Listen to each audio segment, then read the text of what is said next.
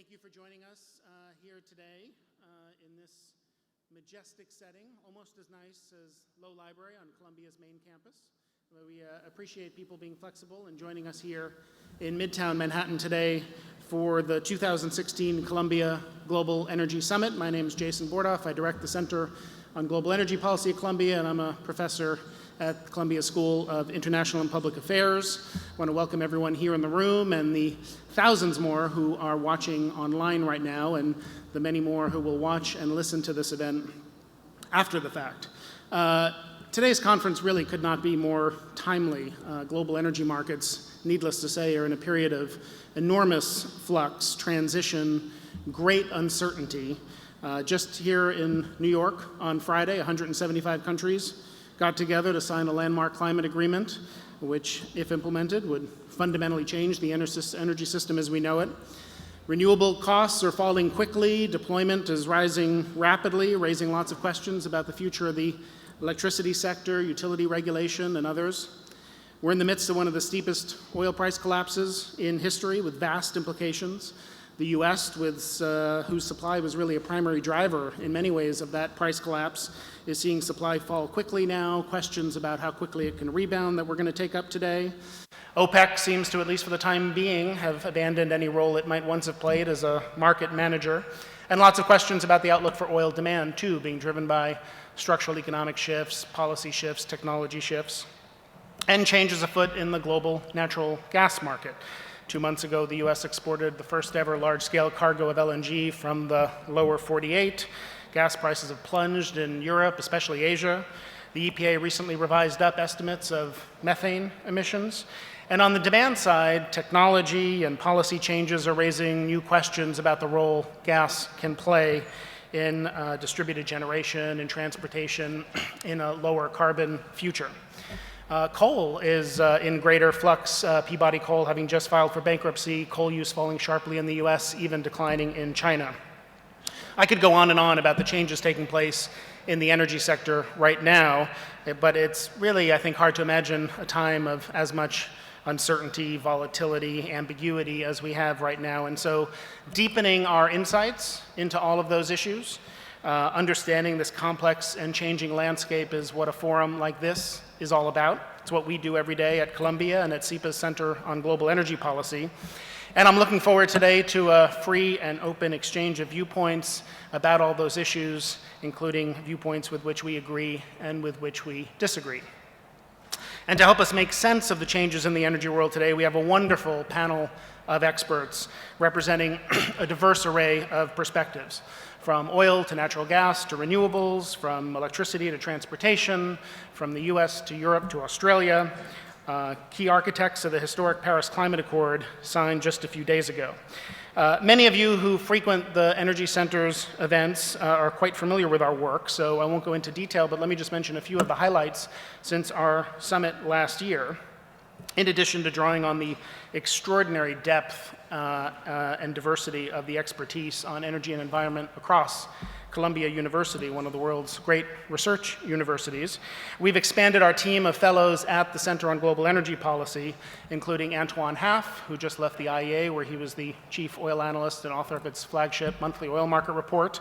Ron Minsk, formerly a top economic staffer in the White House, Tatiana Mitrova, formerly with the Russian Academy of Sciences, and several other people to build out our capability in different areas. And this morning, those of you who subscribe to our mailing list will have seen an announcement go out that Phil Sharp, the outgoing president of Resources for the Future, a US congressman for 20 years, and an incomparable and leading voice of energy and environment policy, will join as a fellow at the center when he steps down this summer from RFF. And Phil is right there. I'd want to welcome Phil and say how thrilled we are to have him as part of our growing team. We continue to put out a steady stream of research papers and commentaries, including our most recent, I think was yesterday, by our senior fellow, David Sandalow, a former top government official, examining the potential for increased collaboration across countries on solar R&D funding. Through our Columbia Energy Dialogue series, we have convened workshops in key energy regions around the world and then prepared research reports looking at those regional topics in depth, drawing on the insights from these public and small group workshops. from European energy security to the impact of the oil price drop on the Gulf Arab countries, to one just 2 weeks ago in Tokyo about the outlook for the Asian energy market. And you'll see a report coming out shortly that draws on the insights from that trip.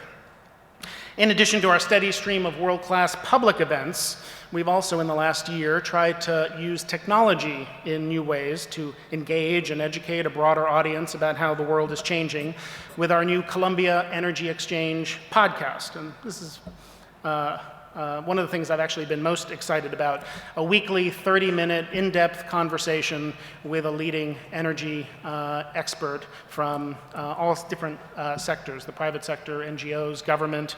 Think of it like half-hour Charlie Rose for energy nerds, which really appeals to me. So it's a fantastic program. We hope you can find it on our website, on iTunes, on SoundCloud, and Stitcher. And our primary mission, of course, is to train students who will be the next generation of energy leaders. And as part of that, we continue to expand and grow the Women in Energy program that we announced just over a year ago, which offers a full spectrum of programming to support women who are pursuing graduate degrees to increase their presence and leadership in the energy sector. So I hope you'll all follow our work if you don't already. Much more is going on. Much more is on the website, on social media. Sign up for our email distribution list, and through all the public events we have like this one. I'm really very proud of what the Center on Global Energy Policy at Columbia CEPA has achieved in a short time, and I'm even more excited about what is to come in the year ahead. Before I begin, let me just mention a few ground rules for the day. First, to please be respectful of the speakers, silence your cell phones, step outside if you need to have a side conversation of any sort. If you are watching online, you would like to pose questions, you can do so through Twitter, tweeting your question to @ColumbiaUEnergy and using the hashtag CGEP 2016 Summit. For those of you in the room, you'll have chance to answer questions as well by writing them on the index cards that are on your seat and passing them toward the aisle so one of our collectors can bring them to the moderator. And with that, let me turn to our first moderator, Dan Yergin. The phrase "he needs no introduction" tends to get overused, but it's kind of true in this case. You all know him as a historian of the energy sector, one of the world's leading energy sector experts, a founder of Cambridge Energy Research Associates, winner of the Pulitzer Prize for the prize, author of numerous other books, recently awarded the U.S. Energy Award for lifelong achievements in energy and the promotion of international understanding. Most importantly, and fortunately for us, a member of the Center on Global Energy Policy's advisory board. I've been really lucky to have Dan as a friend and mentor for many years, and I'm incredibly grateful for all the time he has taken to help us grow the energy sector and to help me. So please join me in welcoming Dan Yergin, who will introduce our keynote speaker.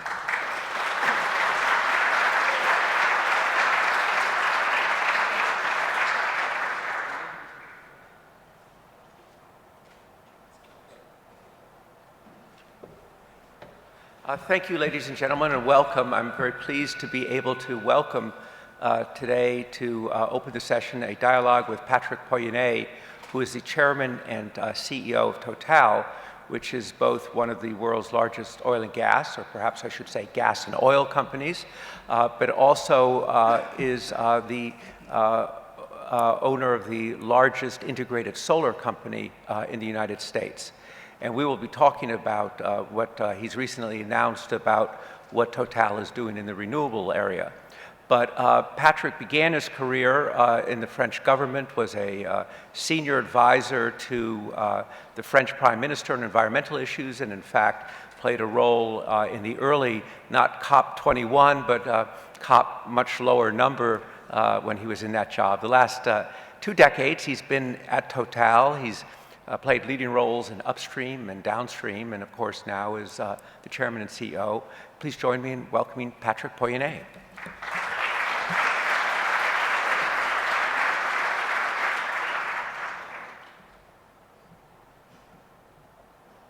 Well, thank you for being here, Patrick. I think first question, just start with approximately 2 months ago, oil was about $26 and it was going to go to $15. This morning I noticed it was $46. What's happened? What's happened? It's a mix of clearly supply and demand, and so market forces. We are in a market where you have oversupply.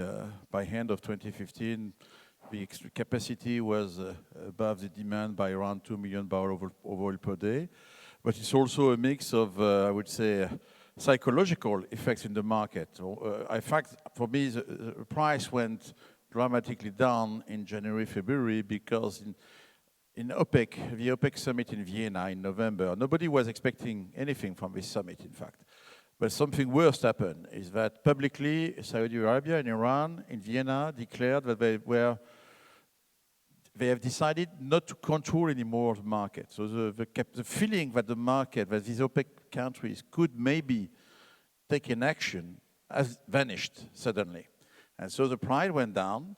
And in fact, it recovered when in February, the OPEC countries, plus Russia, which was a big event in our oil history, because you know that Russia never participated to any cut of productions since OPEC exists. In February, these countries began to discuss about a freeze of production. In fact, honestly, January 2016 was the top of the production, so freezing at the top might be something strange, but in fact, it gave to the market the feeling that maybe something could happen again. In fact, nothing happened in Doha, they did not agree, but they gave to the market the feeling that they could intervene again. And then we saw the price going up again from 26, 28 to 40, 44. And in the meantime, there are some news from the market, here in the US in particular. So last big news was that the US production declined by 100,000 barrels per day in the month of March. And this had clearly a big impact about the anticipation that by year end, we could see a rebalancing of the market between supply and demand. So do you think, I mean, it's now been 20 months since the price started down in September 2014. Does it feel to you that the fundamentals are finally responding and moving towards balance? Yeah, I think so. I think that because the price went down, you know, we never, it's a huge drop, going from $100 per barrel to less than $30 per barrel. So most of the players were totally hit and squeezed, in fact, in their cash flows. So there have been dramatic squeeze in the investments, in the capex. Here you've seen that in the US, only 1/3 of the rigs are still continuing to work compared to 2014. And in our industry, in our business, people maybe the Swiss do not know, but you all know in the room, that if you don't invest, if you don't drill, you have a natural decline of your production. And if you don't invest, you don't fight against the natural decline, and then you lose some capacities. And so what we've just observed is that because you have less investments here in the shale oil, but also in mature fields around the world, no new real projects, you see the supply, which is, still strong, but beginning to probably level this year. And the demand, on the contrary, there is a big elasticity of the demand to the price. 2015, the demand increase was 1.8 million barrels of oil per day. It was the largest increase of demand, the second largest increase of demand in the last 10 years, because the price was low. Do you, how has Total responded sequentially to the lower price? Because certainly the phrase lower for longer was something that the industry had to cope with. No, I became CEO of Total in dramatic conditions.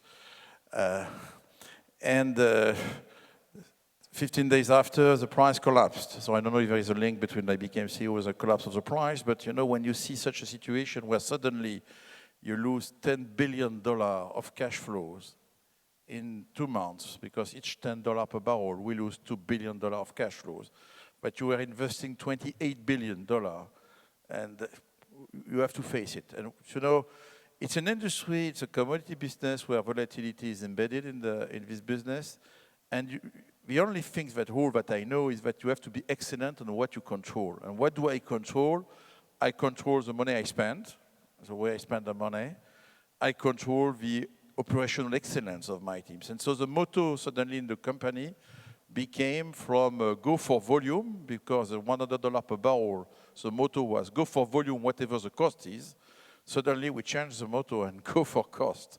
And so we entered immediately in strong cost-saving program, because we analyzed, and maybe because of the condition, dramatic shifts of management, we analyzed that it will be long, because the fundamentals were clearly that we were entering into an oversupply against demand, and so that we could not, it was not just, some of my competitors probably dreamed that it could be like in 2008-9, you know, a drop for 1 year and come in recovery, quick recovery, but the crisis is clearly very different. In 2009, it was a crisis of demand only.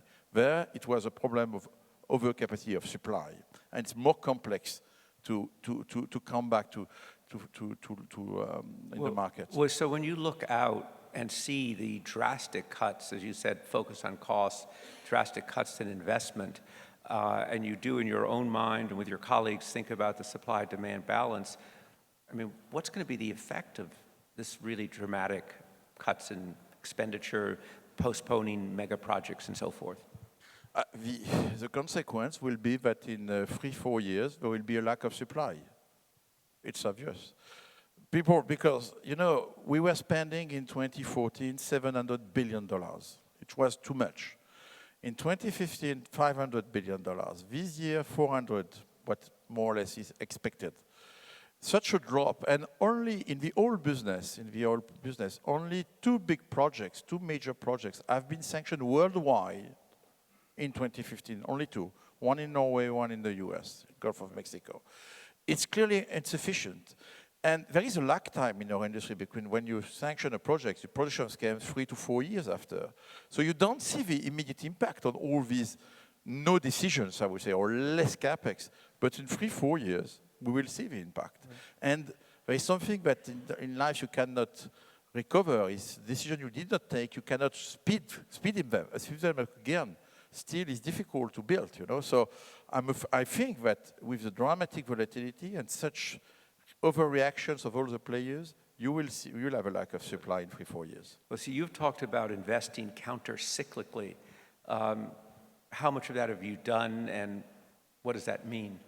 And how much courage does it take? You know, in the commodity business, the right way to make money is generally to invest when the prices are low, because if the prices are low, the costs are supposed to be low, and then to have your new production coming on stream when the prices are higher. But it's not only for oil, by the way, it's true in all commodities. The problem is that psychologically, generally, you invest when you have a lot of cash, when the prices are high, when the costs are high, and then you are hit by the cycle going down.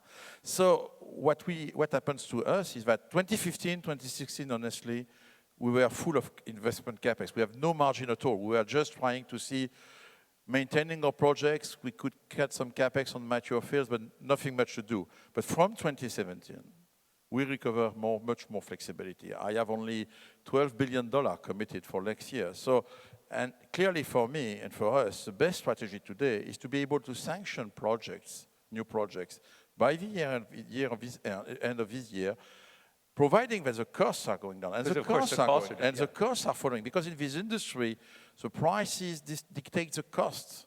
And all our supply chain is willing to launch projects. We are willing to launch new projects, but we have to find this new balance between good costs. So if the costs are low, we'll sanction Libra in Brazil, we'll sanction our Uganda projects. We have projects to be sanctioned, but we need to obtain the right costs. Right. Well, one of the striking things is that there's no shortage of geopolitical risk, and yet are you surprised that there's no geopolitical impact on the oil price? That's one of the big surprises, you know. I remember when we were at in 2013, 2014, remember in 2013, January 2013, the price went down from $100 to $80. People began to be afraid, but the price recovered to $110, even $120. And the explanation given was by the experts, geopolitical risks. Today, the price collapsed. I think the world is clearly has much more geopolitical risks today in 2016 than in 2013. The Middle East, the Mediterranean Sea is absolutely Libya, Syria, Iraq, Iran, all these countries are in a turmoil, and the price is low. So the experts were probably wrong that time, but it's a surprise. I agree, right. It's a surprise. So let me ask you about a couple of the countries. Iran. I can speak about Iran here in New York. Yeah, I will speak There's about Iran. no sanctions. But Iran, We had a nuclear agreement. if you haven't Iran, you heard. have two ways to look at it. It's the glass is either half full or half empty. I'm optimistic, so I'm looking to it half full. Clearly, Iran is just coming back into the market. It's a huge oil and gas country, number 5 in oil, number 3 in gas. So you cannot avoid to look, when you're an oil and gas company, a major company like Total, you cannot avoid to look at that. Having said that, the conditions to work there are not so easy. We are today trading oil, which is not a big project. We are looking primarily, our focus will be on gas. I'm not sure it's Total interest fundamentally to increase the oil production there because of these markets, so gas to petrochemicals. But you know, we know Iranians with Total had a long history there. We know also that it's long to establish I would say a profitable contract. So it will not rush. We look at it. We understand there are risks. But again, in this business, in oil and gas, we don't decide where oil and gas are on earth. They are in Russia. They are in Iran. I would prefer to have them in France, but there is nothing in France. And so, you wouldn't be able to drill anyway. And you know, Total is the only major company with no domestic reserves in our country, in our home country. There is nothing. And if there is something, we don't have the right to drill it. So, Right. So we are obliged. We built this major company going outside, managing these geopolitical risks. And the best way to manage that is that we have built a company with $120 billion of assets. So if I have $2-3 billion on Iran, it's diluted in my huge portfolio. And you can manage this type of risk. And I guess you're saying, I mean, from your own experience and what you observe, things won't happen fast in Iran. Yeah. So you mentioned Russia. How? Russia, you know, it's when the sanctions were put in place. In fact, we embarked already in a huge project in Russia, Yamal LNG, which is 600 kilometers north of the Arctic Circle. It's a gas project, an LNG project, $30 billion. We have 20%, in fact, 30% of it directly and indirectly. So I can tell you, trying to make a project financing of a $30 billion project without a dollar is not easy. That's clear. But we have managed to find the money we need, in particular in China. Right. In China. So we'll have a lot of euro coming from Chinese banks. Right. Which is a way to circumvent. It's a gas project, so we were decided that project before the sanctions. We clearly obey to all the sanctions. I would prefer, and I'm convinced, that it's not the economic sanctions which will make changing the policy in Russia. And they will not solve the diplomatic issues between Russia and Ukraine. So I hope things will be lifted, but we have to live with these sanctions regimes, and we are doing it. Right. One other country, Libya, do you see, apparently a cargo has been shipped from the east to Libya now. Do you see any stabilization that will make it possible to work there? For the time being, it's very premature. You know, Libya has been, I would say, abandoned by the Western countries during 3-4 years. And we had an onshore operations. It has been destroyed by the militia of Daesh. They have destroyed the plants. And so today, we don't have anybody more in Libya. There is a new government which seems to come in there with the support of Western countries. I think the European countries have realized, because of the terrorist attacks in Paris and Brussels, that Libya, which is just across the Mediterranean Sea, was an open door to Europe. So they have realized that they need to move on Libya. We need to stabilize the country. Today, I think it's very premature to say it's stabilized. We had 2 governments going to 3, when we are back to 2. Maybe we'll have 1. And then a question, you know, Libya is a tribal country. But Libya is never existed in the history. It existed only under the rule under the Gaddafi strong dictatorship, but it never existed in the history. And so you need to find a way to have these people working together, living together, and stabilizing the country. Right. There are a lot of questions about oil demand growth, and this goes back to what you said earlier, the 400,000 people who plunked down $1,000 to reserve a Tesla, what's happening in China. Do you all have a view of how you see growth continuing to develop in the demand for oil over the next 5 or 6 years? You know, the oil market is, for me, is quite mature. Huh? There is not a big growth in oil. You have, in the oil market, in fact, you have two different parts. You have the energy is used for power on that side, for transportation on the other side. On power, the oil should disappear, I mean, quickly. On transportation, it's more complex. But you are right that you have, in particular, what is happening in China today is quite impressive. There are rules which oblige in the largest 50 towns in China, if you want to have a new car, 1 out of 2 needs to have to be electrical car. So it's quite impressive. So it could give an impulse. And when we look to the future of oil, you know, generally we put 0.5% of growth. And last year I asked my strategy guys to look what could be wrong in all your assumptions. And how much could that represent out of a market of 100 million barrels of oil per day? And they came back to me and presented that to the board of directors, but we could be wrong by 20 million barrels of oil per day in 10, 15 years. So maybe we are fully wrong. If electrical cars are coming stronger in the market, many if, but technology could shift it. And you know, if we will probably discuss about the 2 degrees Celsius roadmap links to the COP21, this is part of what could happen. So it's not impossible to see in 20 years an oil market which could be lower than the oil market of today. It's not impossible. So does that tie in? You've just last week announced a reorganization at Total, creating a gas renewables group, technology group, sort of focused on the electricity value chain. What's that all about? What happens is, you know, an organization is just a translation of, I would say, a vision, an ambition. An organization is just a tool. In fact, we ask ourselves, what could happen between today and 20 years? What are our challenges? What would we like Total to be in 20 years?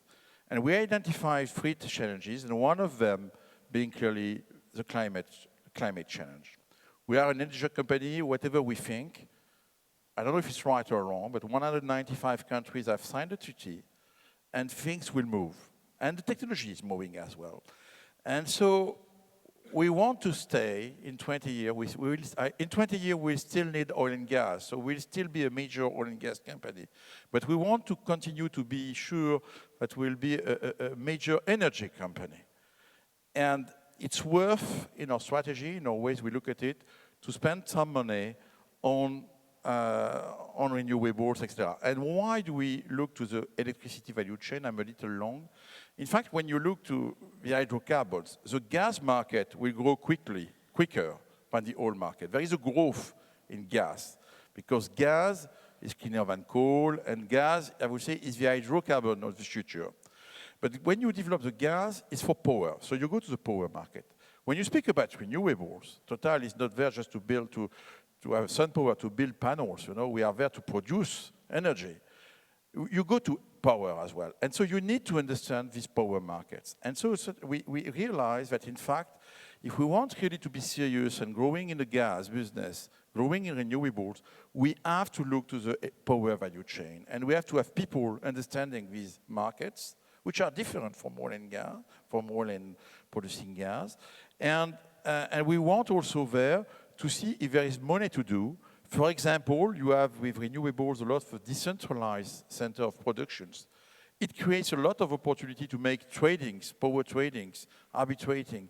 And so you can create value out of this electricity value chain. So how is your solar business going? Our solar business, when we invested in 2011 in SunPower, which is a US company in Silicon Valley. We invested, I remember it was a disaster. We paid $20 per share, and the share collapsed 2 months after, $5 per share. My predecessor almost lost his job on it. It was incredible. But the advantage to be a major oil and gas company, it was an investment of $1.5–2 billion. So we need to have a medium and long-term view. We invested in solar because we had the vision that there was a lot of potential to improve the cost because a lot of potential of improving the technologies. And that is happening. And sun power, I mean, and frankly, it was hard times. I remember speaking about solar in the company where people who were in charge of the business were just hiding themselves, you know, oh, we made a mistake. No, we stick on it. We were stubborn. And they, in fact, managed to lower the cost. They managed to develop a business, in particular in the US, which becomes a profitable business. And in fact, of course, we have to inject cash in it, but at the size of a major oil and gas company, I would say it's not such a big effort. We spend more or less $500 million per year in this renewable solar and renewable business. And I think it's worth to do that. And I see, in particular, some, I would say, profitability of it without big subsidizing, even if we need some subsidizing. Well, let me ask two related questions that connect to that before we go to the questions from the audience. One, do you think COP21, the Paris conference, before and after, has kind of created a different reality? And secondly, maybe you might share your thinking about the role of a carbon tax. Yes, it changed. Yes, it changed. Because, again, 195 countries signed this paper. It's a fact today. It's a fact, okay. I don't tell you that all the people in the rooms were believing that the world will change in one day. It will not be the case. But, you know, in total, what I'm using, and it's back to, this chart becomes very famous in the company. It's not a chart by Total, it's the International Energy Agency roadmap to 2 degrees Celsius. And all the people in the... I'll hold it up. all the people in the company... Everybody see it? No, but you will. All the people in the company know it now. Because for me, it's part of things which we need to take to integrate in our strategy. And what does it say? It says that the gas market will grow. It says that the oil market will maybe diminish. It says that there is a potential growth for renewables. So it's a sort of roadmap also for us that we want to put in place. So yes, it changed something. Carbon pricing, not carbon tax. Carbon pricing is different for me. I don't want for the time being to tell you if I prefer tax or markets. It's a second debate. The question is, do we need carbon pricing? Last year, and I know that here again in the US it's difficult because some of my peers do not disagree with us. In May, with my colleagues of the five other major oil and gas companies in Europe, Total, Shale, BP, Eni, and Statoil, which are not small companies, we advocate for carbon pricing. Why did we advocate for that? We advocate for it because if we want the gas, which is the cleanest hydrocarbon in terms of CO2, when you burn gas in a power plant, you have twice less emission than when you burn coal. If we want gas markets to be developed, we need to put in the price of the energy the cost of this pollution. So this is why we've done it. We don't need, by the way, $100 per ton. We need $30 per ton, more or less. It's enough, $30, $40 per ton. And then you create conditions which are good for our energy business, which are good for the climate policy. Is it a tax? Is it a market? Frankly, we could debate. As the CEO of a major, I would say, listed company, I prefer the markets rather than tax, because you know taxation in Europe, you give taxation to European governments, it could transform that into strange things. You have to be careful. But the markets... Having once been a government official, you know this firsthand. But the markets are not easy to establish, especially because I would say, it's not easy. We should have, a central banker in charge of this market. And today the problem is that it's a market regulated by administrations and governments, so it cannot work like that. But carbon pricing, yes, is important. And by the way, 40 countries in their commitments to the COP21, each country declare its own commitment. 40 countries have put in their commitment carbon pricing as a mechanism, 40 countries. So if these 30 countries establish it, and in particular China, which is a huge event, has declared they want to put a carbon pricing mechanism in place by 2017 or 19, I don't remember, this will have an impact, and then you can interconnect these markets. So yes, we are in favor of carbon pricing mechanism. So, a lot of good questions here. One is just a very specific question. How do you see U.S. LNG affecting the gas markets in Europe, gas prices in Europe? This is, you know, the oil market was hit by the shale oil wave, and the gas market will be hit by the US LNG wave. This is the next story.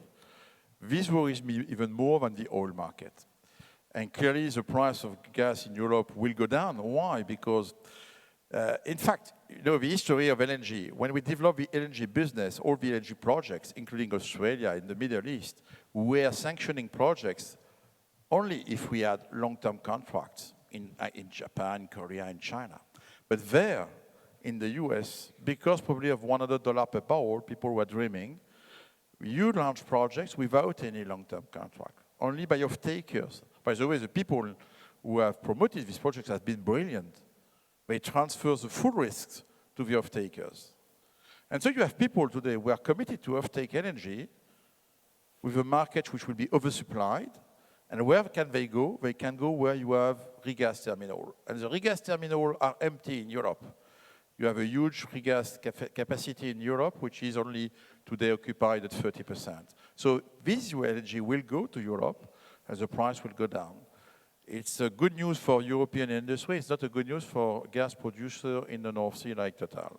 So there's another question about gas supply to Europe here, which is, do you think the Nord Stream pipeline 2 will be built and what its impact will be? Yes, it will be built. Okay. Germany wants it.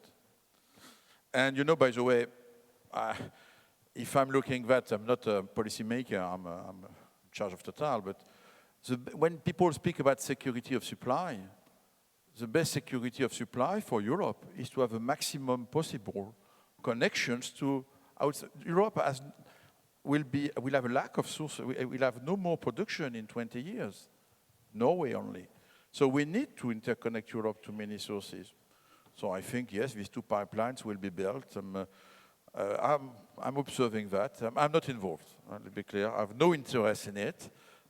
Even if we have interest in Russia, I avoid to be involved in the gas commercialization in Europe because all that are regulated markets and complex markets.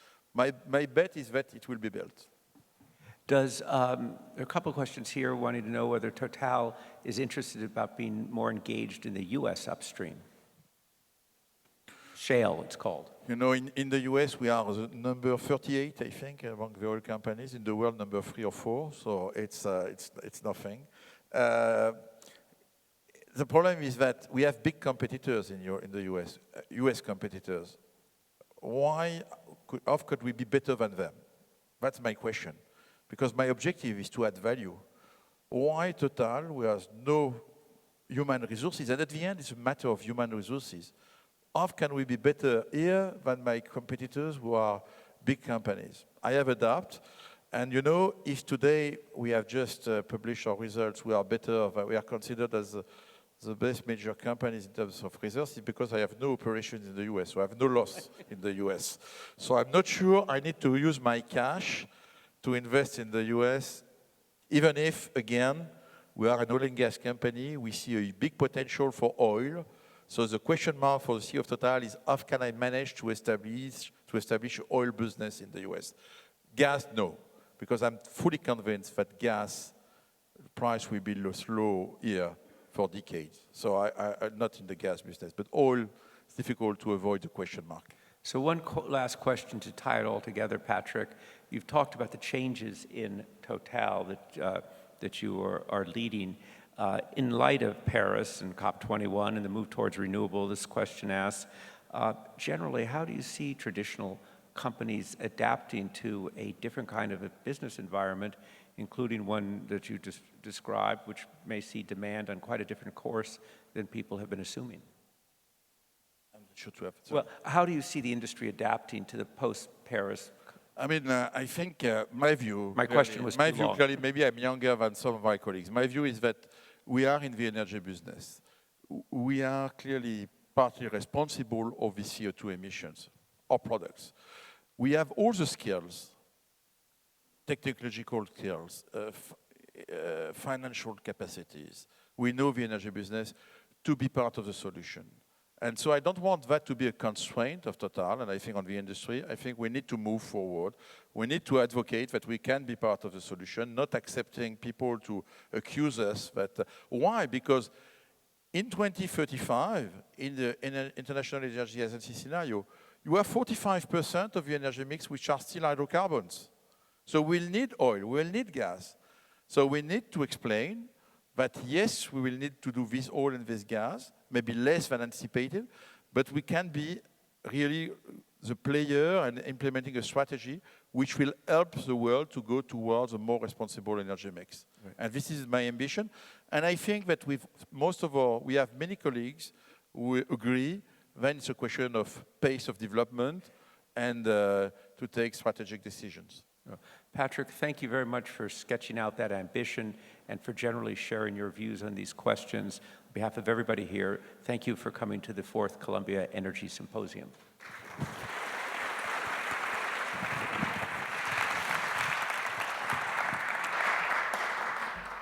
Yes, that was a great conversation. Thank you so much, Patrick, for traveling so far to be with us here in New York today.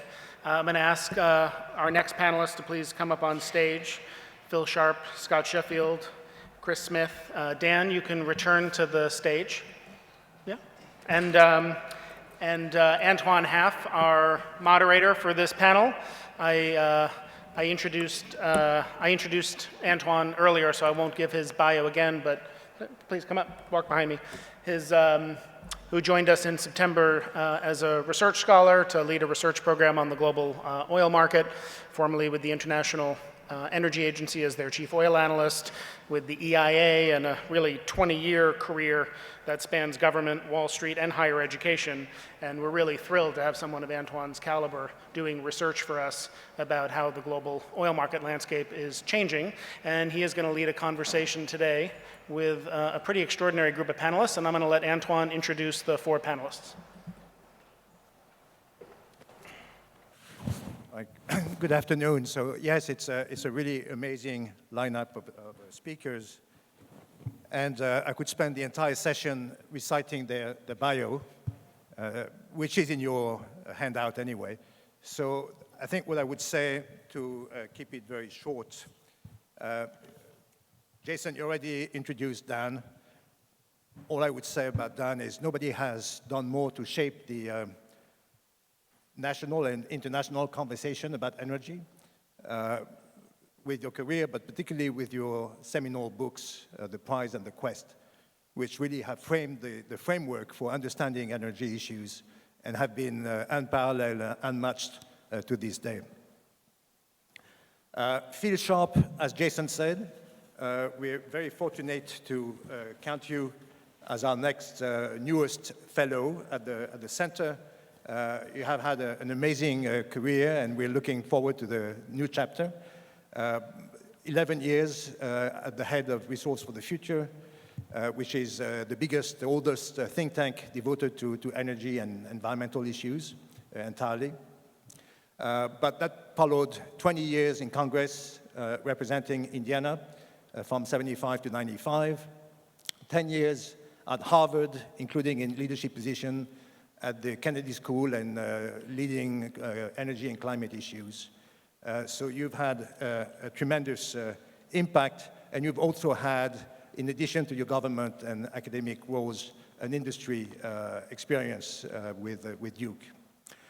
Chris is also a really extraordinary person with industry experience with Chevron, started with military background, Assistant Secretary of Energy for Fossil Fuels since 2014, but really at the heart of R&D and policy development issues since the beginning of the first Obama administration. And Chris has had a huge role in the government's embrace of tight oil and shale, their benefits and the opportunities that they represent after perhaps a somewhat lukewarm start early in the first Obama administration. But Chris has had a very strong role in bringing climate issues, climate technology issues into the energy mix, into the policy mix, CCS in particular, and also has been appointed by President Obama on the Macondo Commission back in 2008 to 2009. And Scott Sheffield is also unique as the leader of perhaps the most successful shale oil company here in the US. Scott, you had yesterday announcements in connection with your earnings reports announcing key landmarks. Pioneer is one of the only companies, perhaps the only company that continues to grow its production in the current downturn in prices. And you've hit 100,000 barrels per day of production, net oil, and 200 gross oil and gas production. So that's amazing performance. You've been at the helm of Pioneer since its inception, having been at the head of one of the predecessor companies of Pioneer earlier on. So it's an amazing lineup, and I think I would like to start, Dan, by throwing back at you some of the questions that you asked Patrick just a few minutes ago. And what I would like to ask you, I think the current downturn in prices is not unprecedented in terms of a price correction. There's a price correction perhaps every 10 years or so in the oil market. There has been for the last 40 years. But this one is a bit different because shale is not just something that has added to supply, but it represents a new business model for the industry. And it has a shorter cycle, a shorter lead time, different capital requirements. And it's been a challenge for OPEC and for conventional oil and gas companies. And what I would like to ask you is how you feel the industry in the US, but also internationally, is responding to the challenge of this new business model, and how OPEC is responding as well, and whether there's any future for OPEC in this context. Boy, that's a lot of questions together. Let me say, as you were saying that, I was thinking that, when you had the big price collapse, which some will remember in the 1980s, then too you had a new kind of oil that came into the market. It wasn't really new, but it was the notion of non-OPEC, North Sea, Alaska, and Mexico, which added about 5 million barrels a day very quickly, sort of analogous in that way to shale. But of course, the difference with shale, as Scott knows better than any of us, it's just a different production. It's 120 days instead of 10 years to bring a well on. And so it is short cycle. And I think the evolution, when the price started down, it was thought that the shale was really the high-cost oil. And it turns out it's not. It's the medium-cost oil. And that as the market turns, shale will be a very important part for the reasons that Patrick said, because the longer-term projects are not going to come on. They've been canceled.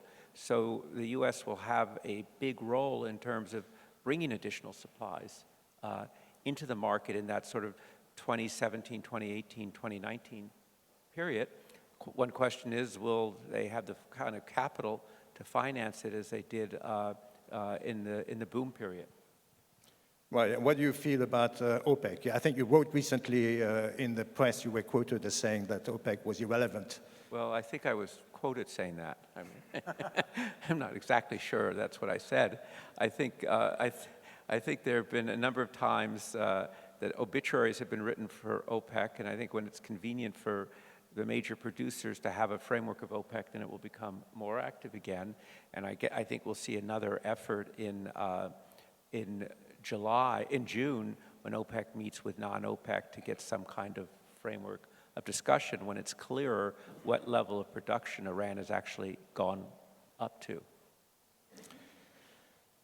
Scott, Patrick, just a few minutes ago, was saying that the market is rebalancing and that things are looking up for oil prices. Do you feel there's been a lot of cost-cutting across the industry? Rig counts, not with Pioneer, but with many others, have declined. But do you feel that given the recent rebound in prices and the prospect for perhaps more price gains looking forward, and the efficiency improvements that have been achieved in the shale industry, that the industry has reached a floor in production and will rebound, or are we in for further production cuts? That's another long question, Antoine. No, in summary, the first thing to set the stage is that there's probably, of the last 5 downturns, going all the way back to 1981, there's more debt in this downturn than I've ever seen. And so when you see major oil companies being downgraded, there's already 62 bankruptcies of upstream companies, adding up to $22 billion. Too many companies were betting on $80 to $100 oil for a long time. And so there's a good Bloomberg article that came out a few weeks ago that I think 10 years ago we had $200 billion of debt of upstream companies in the world. Now debt's up to $550 billion. And so the first thing that's going to happen is that when oil prices get back up to 50 to 60, you're going to see a lot of companies, some are already going to the equity markets, but there's just not enough equity out there for a company to go to the equity markets. They're going to have to sell assets. They're going to have to also use a lot of the extra cash flow to pay down debt. And so I think you need at least $50 to $100 billion of deleveraging before you see a pickup, significant pickup in the rig counts. Another key point that we have not seen, the rig count went from 1,600, it's all the way down to 340 today. So it sort of dropped in 2 periods. It dropped to about 900, the all rig count.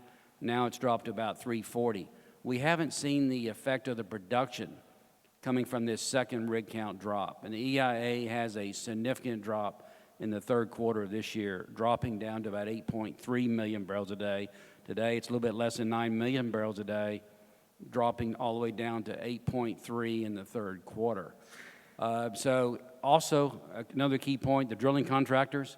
I was with all 3 CEOs in the last week at a couple different functions of the top 3 drilling contractors. People think that we can just start up and start drilling quickly overnight. They've cut 80% of their personnel. It's going to take them, most of these employees, they have no idea. I've asked them where these employees went, what industries they went into. There's been over 300,000 people laid off in our industry, 150,000 in the U.S., and these people have moved to other jobs. It's going to be hard to get these jobs back. We can't just jump overnight. So I'll stop there, Antoine, to see if that answers your question. Well, I have more for you, but maybe just a quick follow-up to one of the points you raised.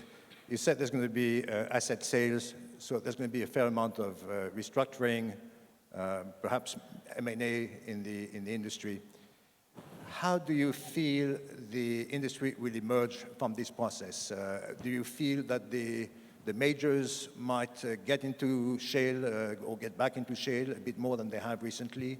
And do you think there's going to be the emergence of larger shale players with perhaps efficiencies of scale, but also more diversified players with assets in the shale play, but very different economic incentives from pure shale players, companies that will have shale as part of a more diversified portfolio and therefore will not necessarily manage shale assets the way pure shale companies have so far? Yes, in regard to M&A activity, the Permian Basin, you can look at Exxon and Chevron's recent analyst presentations. They both stated the Permian Basin is the best place to be in North America. Secondly, most independents that are out there have done an excellent job of deleveraging their company, and they're all trading at very, very high multiples. So people, but we're all growing, and so we have the best asset in the U.S. The Marcellus guys have the best assets of the gas business. So you got the Marcellus and the Permian Basin. A guy named Rusty Brazil who puts out a morning report. What's interesting, there's only 12 counties in the whole U.S. that make up most of the key assets of all companies. If you just take the best counties in Pennsylvania, the best counties in West Texas, there's only 12 counties that really are the sweet spot. And that's where everybody wants to be. And the only way to acquire somebody, somebody's going to have to pay a significant premium to acquire those high multiples. I just don't see it happening. There's been no M&A. There hasn't been any M&A really activity since 98, 99. You have to develop a lower for longer oil price. So when Dan at IHS is saying we're going to have $80 oil in 2020, and other people out there are saying we're going to swing back, which we will, then there's too much optimism, so we're all going to swing back, so nobody wants to sell at today's prices. And so I just don't anticipate much M&A. It should happen. There's too many upstream companies, and people just don't do merger of equals. A couple large independents tried it, but it's really, really hard. It's going to have to be pushed by the shareholders for that to happen. Great. Thank you. Phil, I was wondering, after listening to Patrick mention his role and that of the other major European oil and gas companies in advocating for a carbon price, are US companies doing enough to prepare themselves for a carbon-constrained world? And are they losing an opportunity to play a leadership function in this debate? Well, Antoine, if you don't mind my going back to your discussion of pricing just for a moment, pardon me, since some of us have lived long enough, and I see a few people in the audience that meet that standard, that we've witnessed these changes, and I would just say that when there is an earthquake, geologists do not refer to that as a correction in price. And what we have seen, what we've just been through in the last few years, what we were through in 73 and 86 and 2004, whenever, these are real earthquakes in commodity pricings, and they have powerful impacts, as Scott was just laying out a few of the dimensions. So these are not things that either business, government, or anybody else easily adjusts to. And by the way, they're not predictable. Everybody can say one will come sometime, and they do. But the reality is, in every one of those instances, it defied the conventional wisdom of the time. By conventional wisdom, I mean what industry people were saying would be the case over the next 5 to 10 years, what academics were saying would be the case, what government was saying was being the case. Those, we simply miss it. It is a highly unpredictable thing. And just to give you a minor example of the difficulty of predicting is my limited reading of coming up to the OPEC meeting was the assumption that if they could get their act together, the price might rise. But if they couldn't get their act together, the price was likely to fall. We saw just the opposite happen.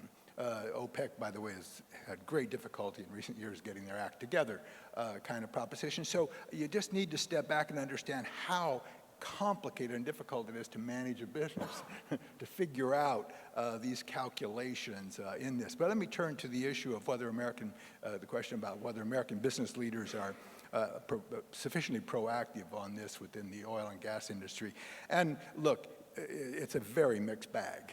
Some very clearly are. They have it. They already articulate that in their investment plans. They shadow carbon pricing. Some of them are willing to step up to bat in the political arena, even though, given the enormous political difficulty in this country over the last 5 to 10 years on this issue, it was actually a high political risk if you had any other business you wanted to do with the government for them to take these positions.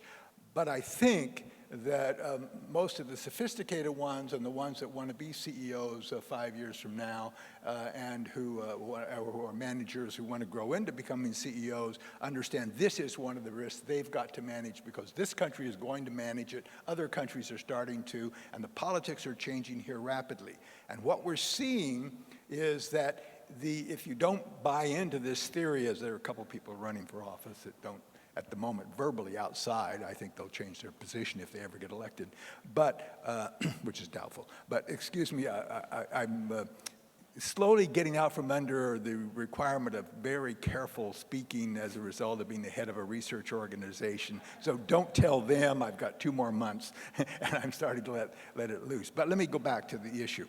What we have been witnessing now for several years in this country is the inability to get to a policy that has some endurance that is shaping the future on carbon emissions in this country has meant that the outlet for political action is it all over the place, and it is coming up and rising up on projects. Doesn't matter whether they're gas or whether they're oil or whether there's this or that. If there's a molecule that is going to warm the earth, those are evil in some people's eyes, and they go and they attack them. Now that opposition is not going to be successful everywhere, but all you've got to look at is the difficulty of building a coal power plant in the first part of the last decade, when there were a whole bunch of them planned, became nearly impossible. Now, gas was the biggest reason, but also the politics was turning radically against them. The same as with the Keystone pipeline. The same as with the university here facing the challenge on investing its endowment. The same is with the recent attorney generals that are attacking one or two oil companies, kind of things. These are the seeking of political leverage, whether they're rational or not. And what we really need to get onto is a serious conversation in this country about what is the cost-effective way for us to change the projection of emissions, as opposed to just battling every project that comes down the pike. Excuse me, I've gone to preaching. No, that's great, but how does the low price, the price collapse figure into climate policy? Did that make things more difficult, or is that an opportunity to put in more gas in the system and achieve some carbon savings that way? Well, here again, it's very difficult to assess. The fact that oil prices dropped usually has meant, with the past history has been, that fewer people, that people are willing to drive more, they're less willing to buy the higher fuel efficiency car, and that usually it diminishes, takes the edge off of what many would view as part of the answer, at least on the transportation side of things. But we have this very unusual situation with the gas supply that has come into place, which can cut either way. If gas substitutes for coal, it is a major achievement for us in the climate debate. If it substitutes in the electric system for nuclear or for renewables, then we're getting nowhere fast.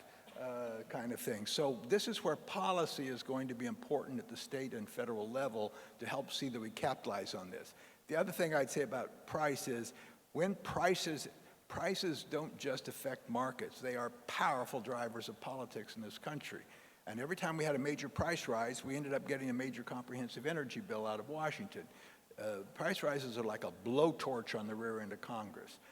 And just forget any view of them being constipated or paralyzed. They will jump the political fence all over the place in what will be done. Well, the same, unfortunately, in some ways is the opposite. That is that when the pressure's off, there's usually a diminishment of policy.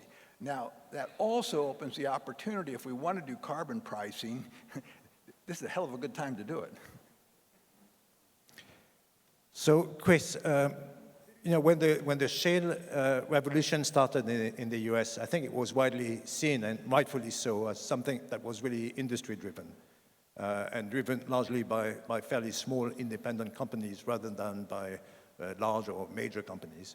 And the government seemed to have no part in it. But the government and policymakers really can have a huge impact on development of the oil and gas sector.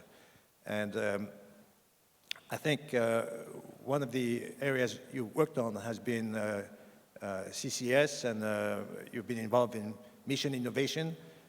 Could you explain the nature of this work and how Washington, how the government can really help reconcile the role of supporting the oil and gas industry and supporting what it brings to developing the economy, and at the same time pursuing the policy goal of climate control and sound climate policy? Okay, well, thanks. There's a lot there. Let me start by, I guess, challenging some of the premise of the wind-up there in terms of thinking about the shale gas revolution. So certainly, George Mitchell and Devon and other companies had a tremendous role in taking those initial risks of deploying capital, of innovating, of discovering ways of producing a resource that we always knew was there, shale gas, the basement, the source rock for oil and gas, but we could not do that economically previously. The work that was the predecessor of those earliest investments actually came out of the Department of Energy.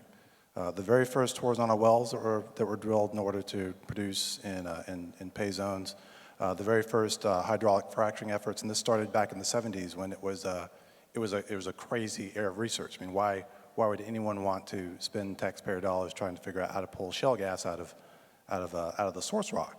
But the very first work was done by the government that subsequently that data you were able to find innovators in the market who were able to find private capital to say, hey, this data looks promising. This data looks like something that we can create some real value out of. So I challenge the notion that there was no government role. In fact, government had the very first role. And for us, a successful project is one that you can start and then stop. Right? So this is an example, I think, of a real success, because once industry takes over, there's no longer government role, and that's exactly the types of projects that we want to do. We're doing similar things in areas like methane hydrates. There's other areas of innovation that's very early stage technologies that subsequent to successes in that early risk phase, you can get capital to come in and make real investments. In terms of carbon capture and sequestration, I'll build on something that Phil just mentioned in terms of, it's a mixed bag of collaborators that we have in the private sector. I came into the industry into government back in 2009, and we've seen an early enthusiasm in collaboration around technologies to capture CO2 when Waxman Markey was around, and there were some other ideas that had at the time, some real promise for going forward. When the political landscape changed, then it became a lot more difficult to get companies to collaborate with government. And I think in many ways to the detriment of some of the fossil resources, particularly in coal. If you look at the top 5 coal producers, and we're seeing a lot of challenges in that area, but the top five coal producers, $28 billion of market capitalization that has been lost over the course of the last 5 or 6 years. Could some of that gone into carbon capture and sequestration technologies? It probably could have changed the way that we look at the future of decarbonizing the coal industry. But it's encouraging to see in the oil and gas industry, some shadow pricing of CO2 being folded into the economics of projects. I think we'd like to see more of that, because in the future, these are things that the companies are going to have to deal with to make sure that all forms of domestic energy are part of the energy landscape in a carbon-constrained world. Thanks.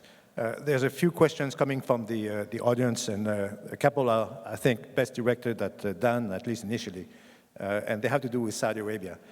One of the consequences, not the least surprising consequences of the shale revolution and the ripple effects it's created across the oil market has been the dramatic changes in Riyadh, driven partly by that and partly by other factors as well, generational change, a response to the Arab Springs, and so on.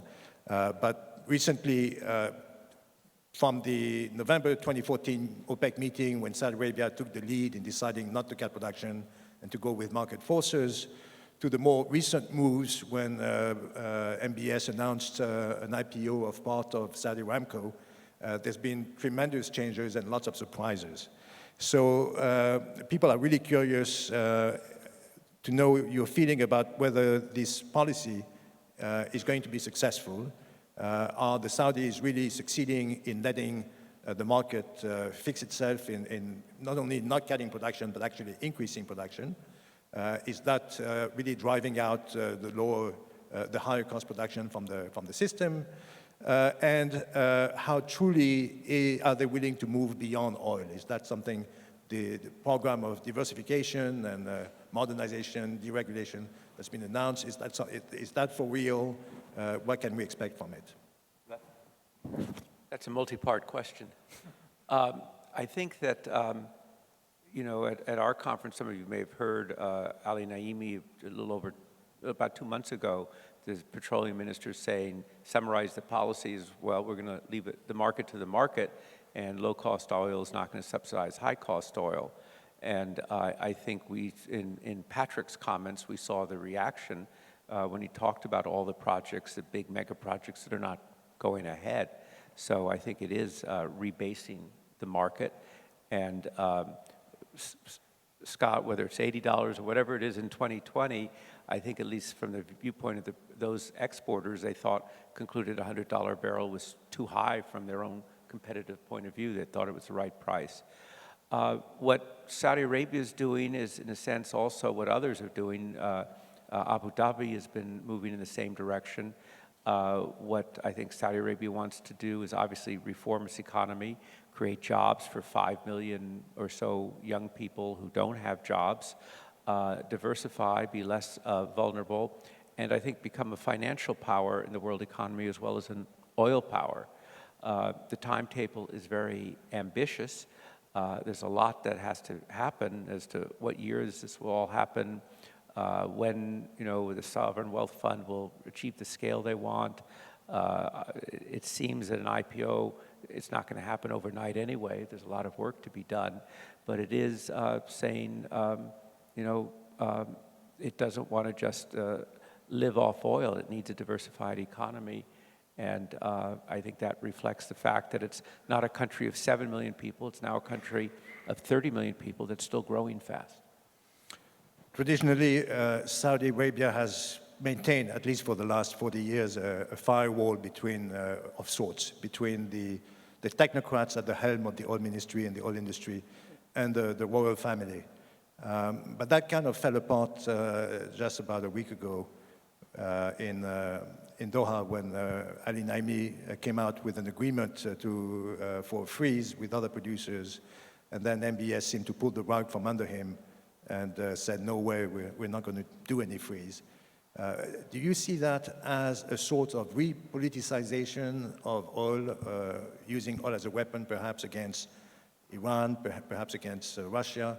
Or is it, on the contrary, a reinforcement of this policy of going for more open markets, relying more on market forces? Well, I think on the specifics, I guess you could say that, Saudi Arabia, you have an activist shareholder, and he's exerting his activism. But I think that, what that Doha, and that points to it, there's a very important factor here. We're talking about the market. But surely, and this goes back again to what Patrick said, he said the geopolitics are not any better. The tension between Saudi Arabia and Iran is enormous. They don't have diplomatic relations. And so what transpired that in terms, basically, I think, as one can read it, Saudi message is we're not going to cut production to make room for Iranian oil in the market. And so what's happening goes far beyond the oil market. It's really about who's the dominant powers in the region. I think that part of this reflects the fallout from the nuclear agreement with Iran, and that was on evidence last week when President Obama was in Riyadh. So I think that geopolitical context and that tension is a very central point in the oil market right now. Otherwise, among other things, I think an OPEC framework might well be working. The countries would have found a way to work things out. But so I think market share is not just an economic concept here, but it's one it has deep political connotations as well. Antoine, I don't mean to correct something you said, but since we have so many young people in our audience that haven't dealt with these issues before, it just strikes me that the politicization of the operation in Saudi Arabia, there's nothing new about that in terms of their relationship with other nations and OPEC and that sort of thing. What they have wisely done, in my view, is they've always had a highly sophisticated, highly technical, and highly competent run oil company in Aramco.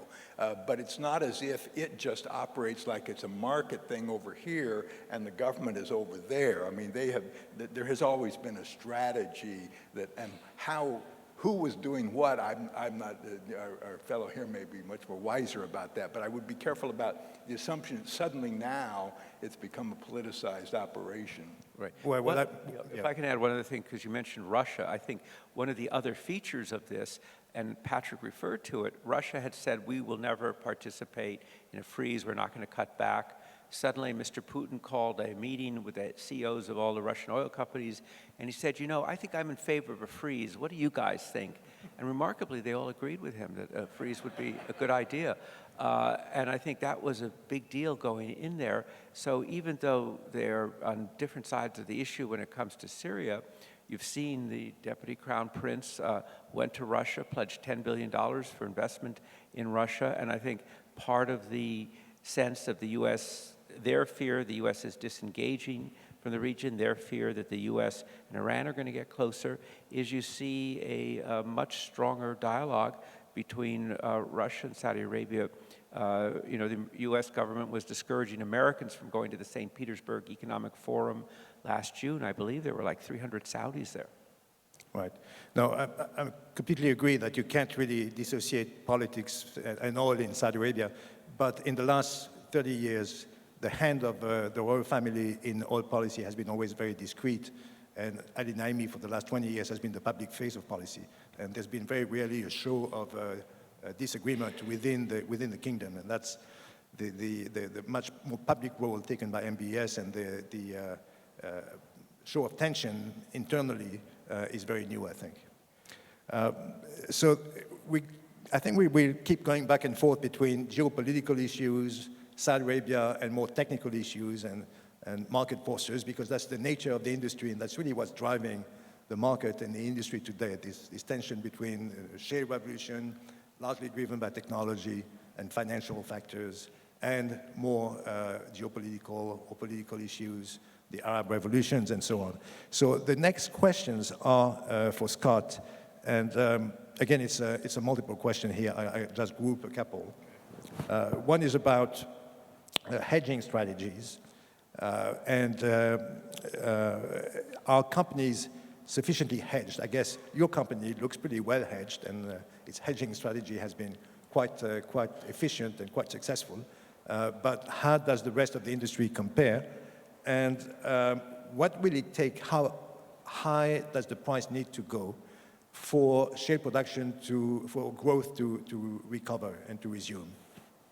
Yes, on the second question, I'll answer first. I testified in Congress on the export ban. I used some good slides to show that U.S. at $50 is sort of a sweet spot where you can stabilize, in my opinion, the fall off of U.S. production.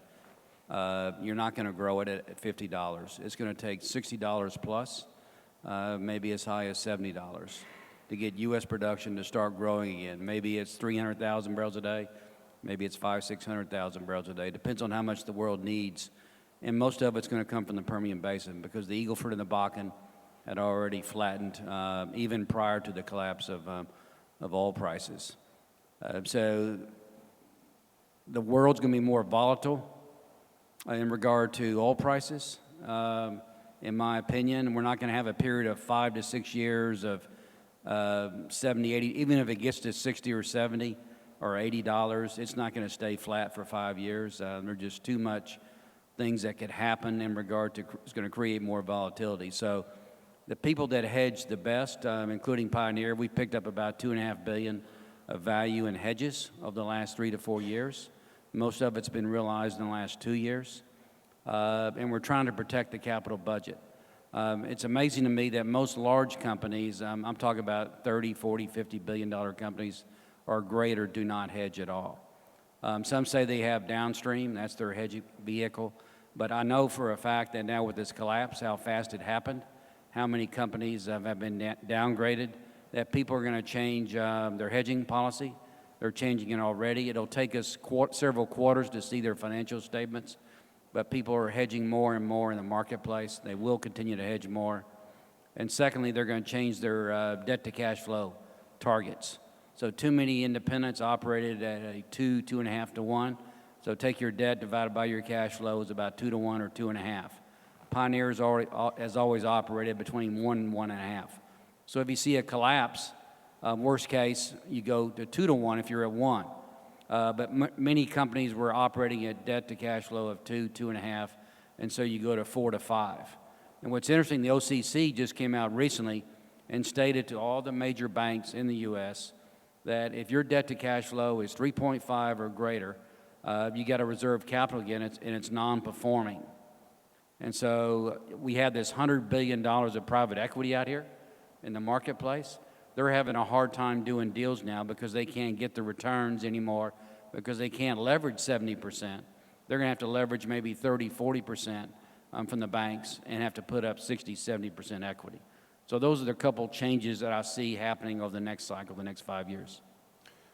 One of the ways in which government policy has played a role in the oil and gas sector has been through the regulation of exports.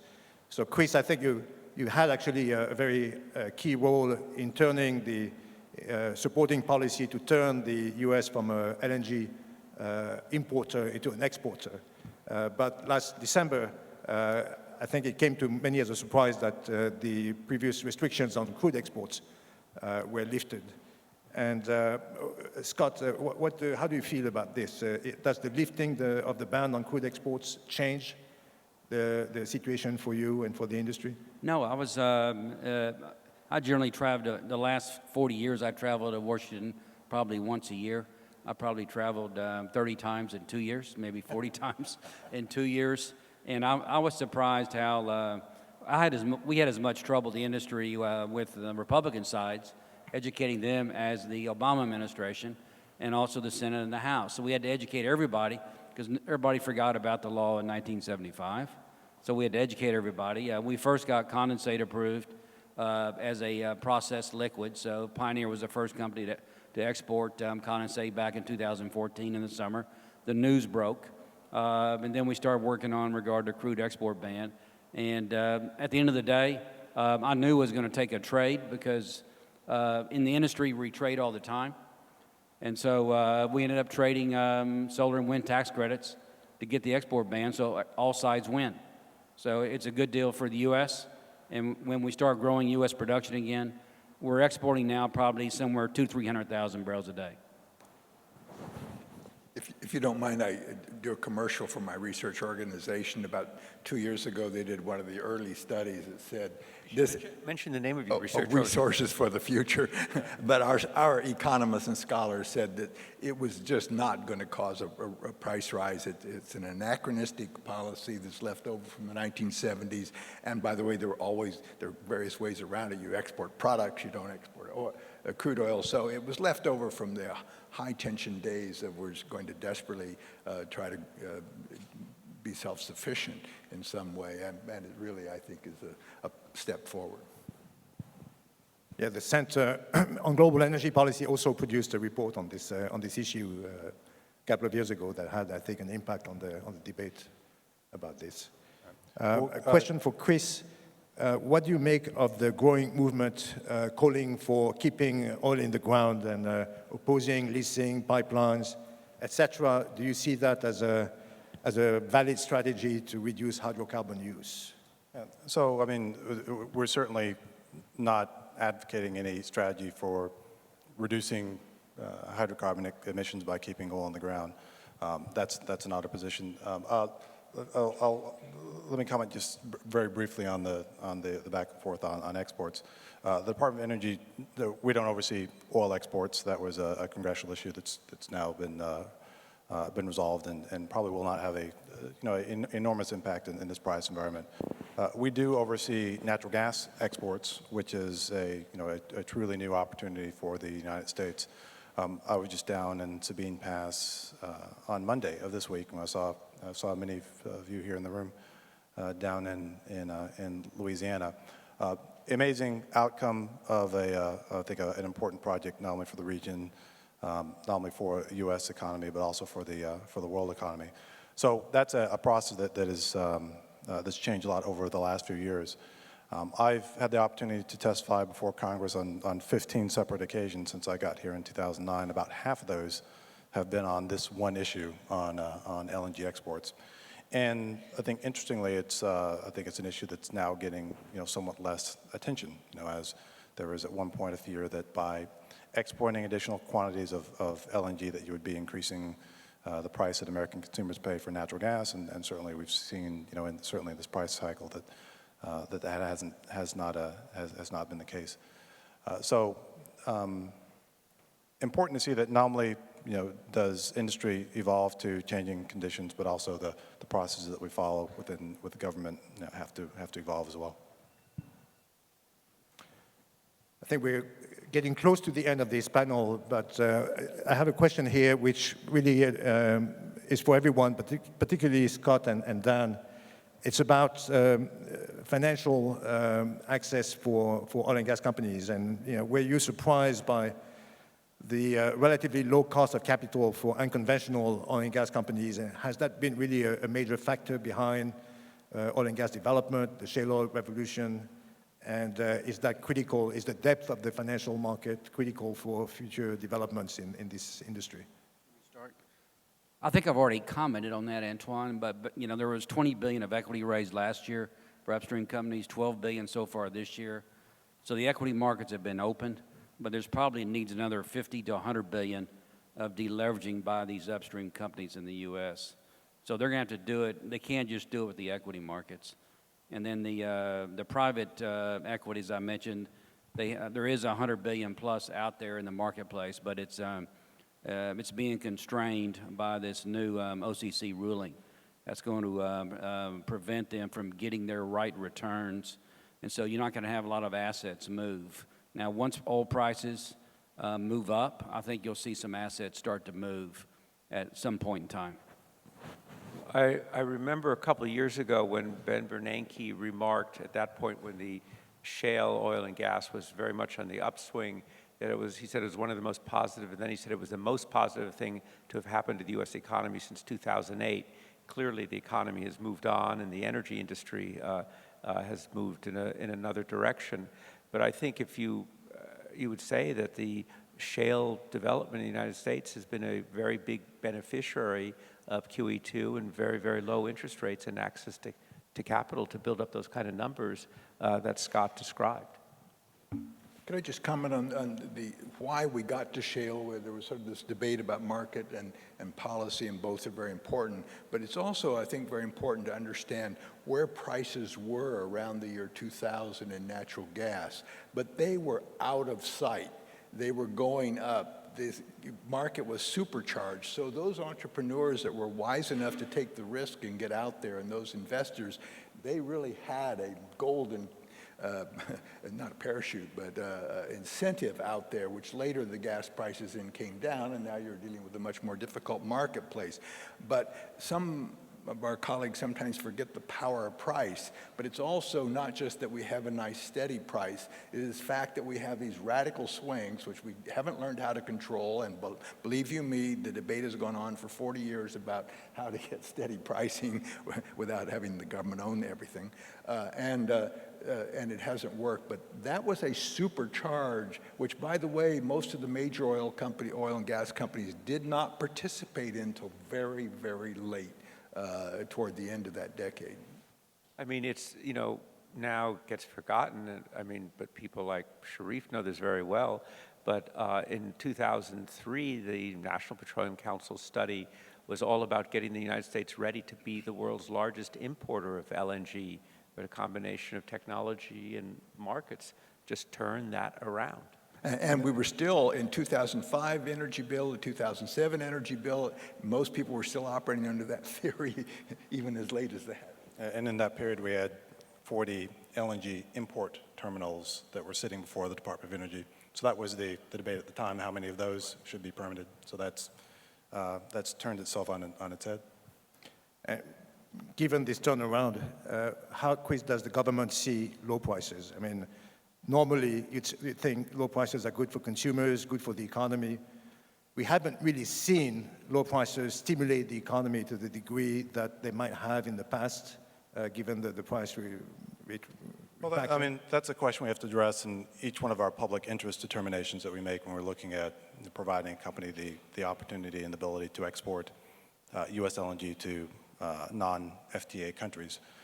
So we have to look at a wide variety of factors, impact on the economy, impact on jobs, environmental impact, impact internationally, how it supports our allies and trading partners internationally. So there's a very wide range of factors we look at. But certainly at one point there was a concern that exporting LNG was going to cause us to link prices domestically with prices in Asia at the time were, in the teens, not in the high teens in some cases. And, our analysis showed that wasn't the case. We didn't believe that allowing companies to take advantage of this opportunity would have that negative impact on consumers. But indeed, in every one of our orders, we do have to look at the impact of American businesses and families who are enjoying these low prices. And indeed, I was just down at West Hackberry at one of our strategic petroleum reserve sites yesterday, and talking to some of the folks there. And it's right near the Sabine Pass terminal and near the Freeport terminal, and lots of conversation there around the booming job market there in that part of Louisiana. It's a tremendous opportunity for folks who are looking for jobs and for companies who are looking to employ in those sectors. So those low prices, it does cut both ways. Antoine, I think that one of the things that is implied in your question is I think you started to see around the world a concern, even in industrial consuming countries, that if oil prices are too low is also a big problem, as are oil prices that are too high. And I think one of the two of the puzzles out there is why haven't low oil prices been a bigger stimulus to the economy, and why this strange correlation between the oil price and financial markets and stock markets, and I think maybe still to be explained. Next panel. Exactly. It's been a fascinating conversation, and I think we could go on for a long time, but we're running out of time for this section of the symposium. So please join me in thanking our panel.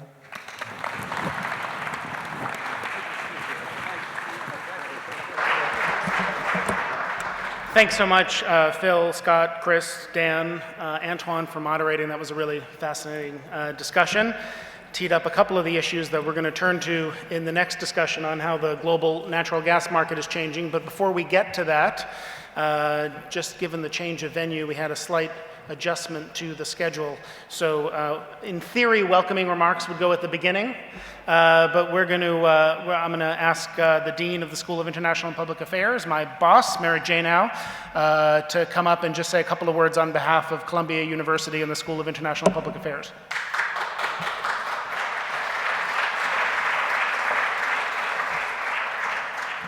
Well, good afternoon, everyone. I'm Merit Janow, Dean of CEPA, and it's a real pleasure to be here with you and to see so many people here interested in the work of the CEPA's Center on Global Energy Policy. It's really a fantastic testament to the important work that the center is doing and to Jason's leadership in driving it forward in a very short period of time, a mere scant 3 years. The Energy Center, I think, has really become a major place for convening and engaging a critical set of policy issues around energy and the environment, and this gathering is another expression of that. So I thank you, Jason, and those you brought into our community. I just want to say that on behalf of CEPA and Columbia University, the issues that we must engage around energy, of course, are energy and the environment, looking at both the politics and the geopolitics and the economics, understanding the effects in different regions of the world. And I think all of that is work that is being done at the Energy Center and engages other parts of Columbia University as it must. Schools of International and Public Affairs, I think great schools have an obligation to bring into our community scholars and practitioners, experts and advocates, a wide range of viewpoints to engage critical issues. We must produce new knowledge, and we must engage issues in a way that have impact in the world. And I think all of those things are hard to do, but the Energy Center under Jason's leadership is taking us forward with that ambitious agenda in a way that's very important to me and important to the university. So I welcome you here, I welcome you on campus. I look forward to this continuing engagement around environmental and energy, geopolitical and economic issues touching all parts of the globe. very good to see you. I look forward to mingling with you and learning from this afternoon's discussion. Thank you.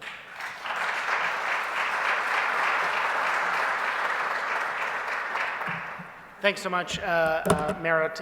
I have to say, it is a really exciting environment to be part of Columbia and CEPA right now. The amount of momentum and excitement and enthusiasm for what's happening at CEPA and what the potential is pretty extraordinary, thanks to the leadership that you've brought since you took over as dean. So I'm really proud and privileged to be a part of it.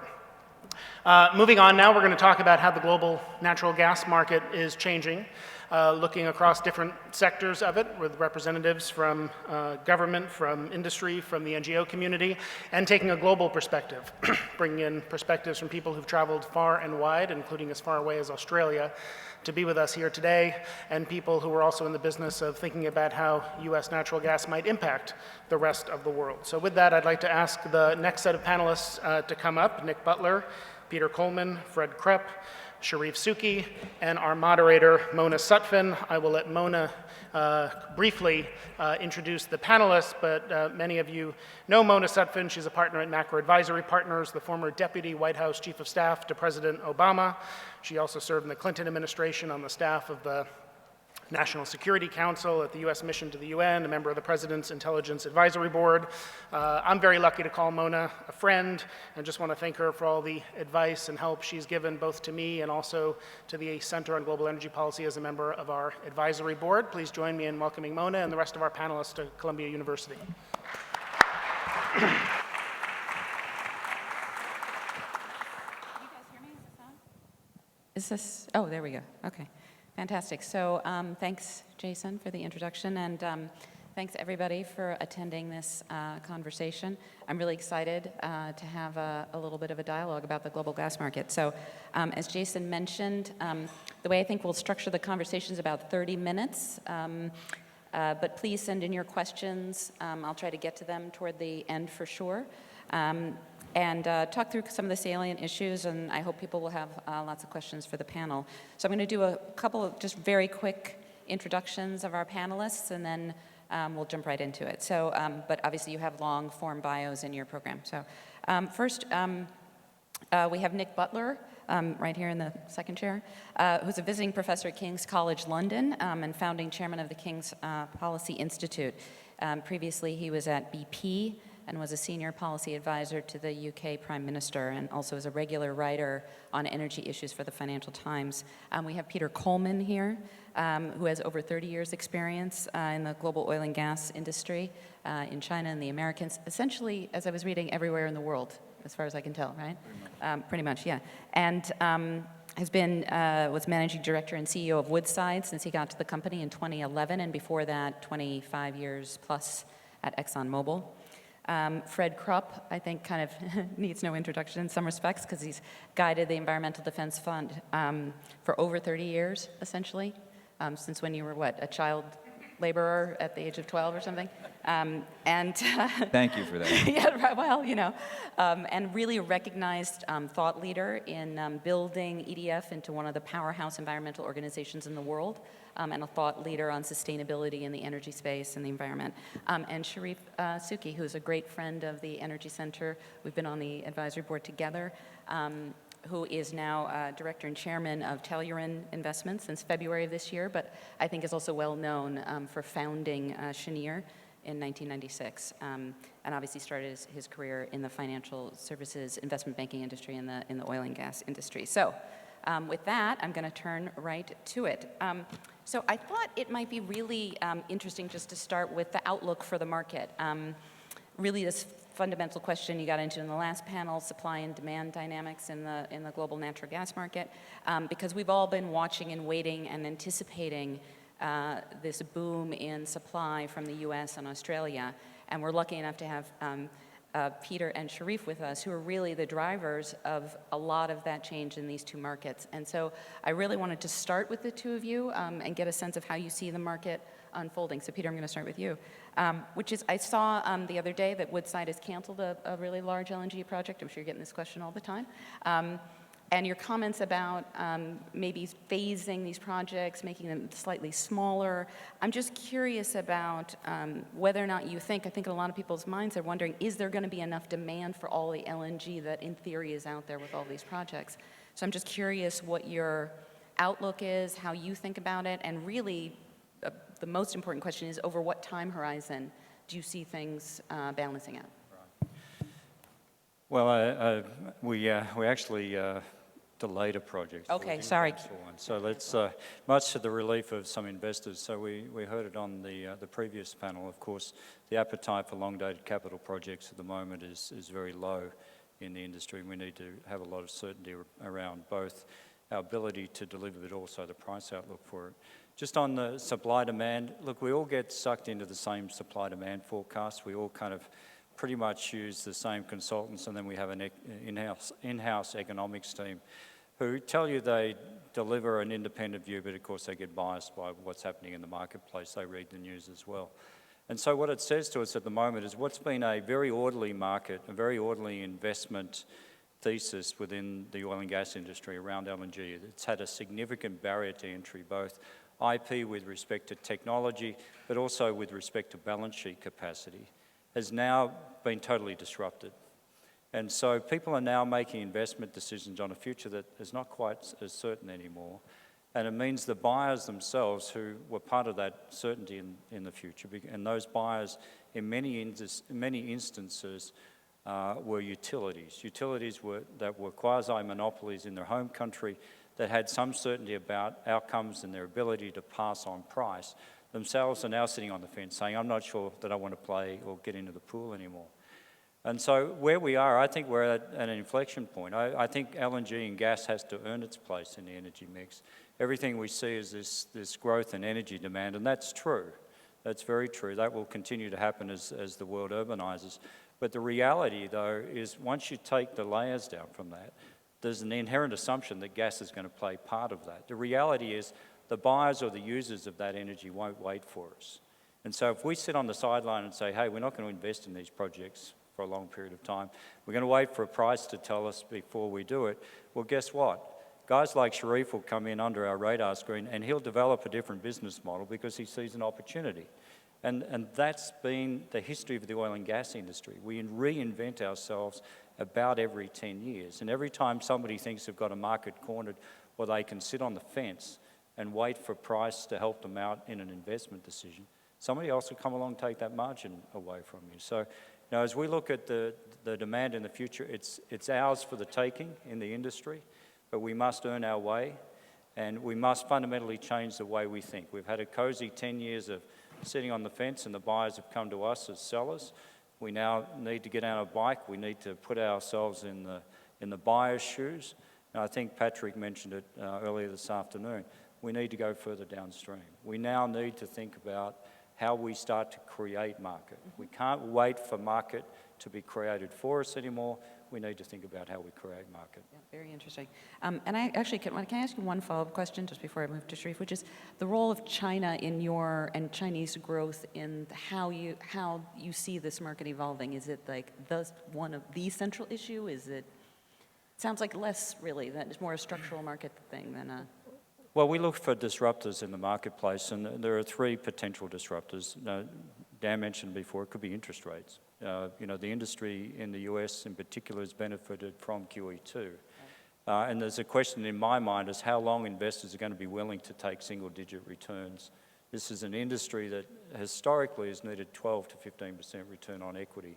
And the business models in play today, for a lot of that industry, are negative to single-digit returns. So there's a question in my mind as how long would that last, and I can't tell you. The other part then, of course, is regulatory change.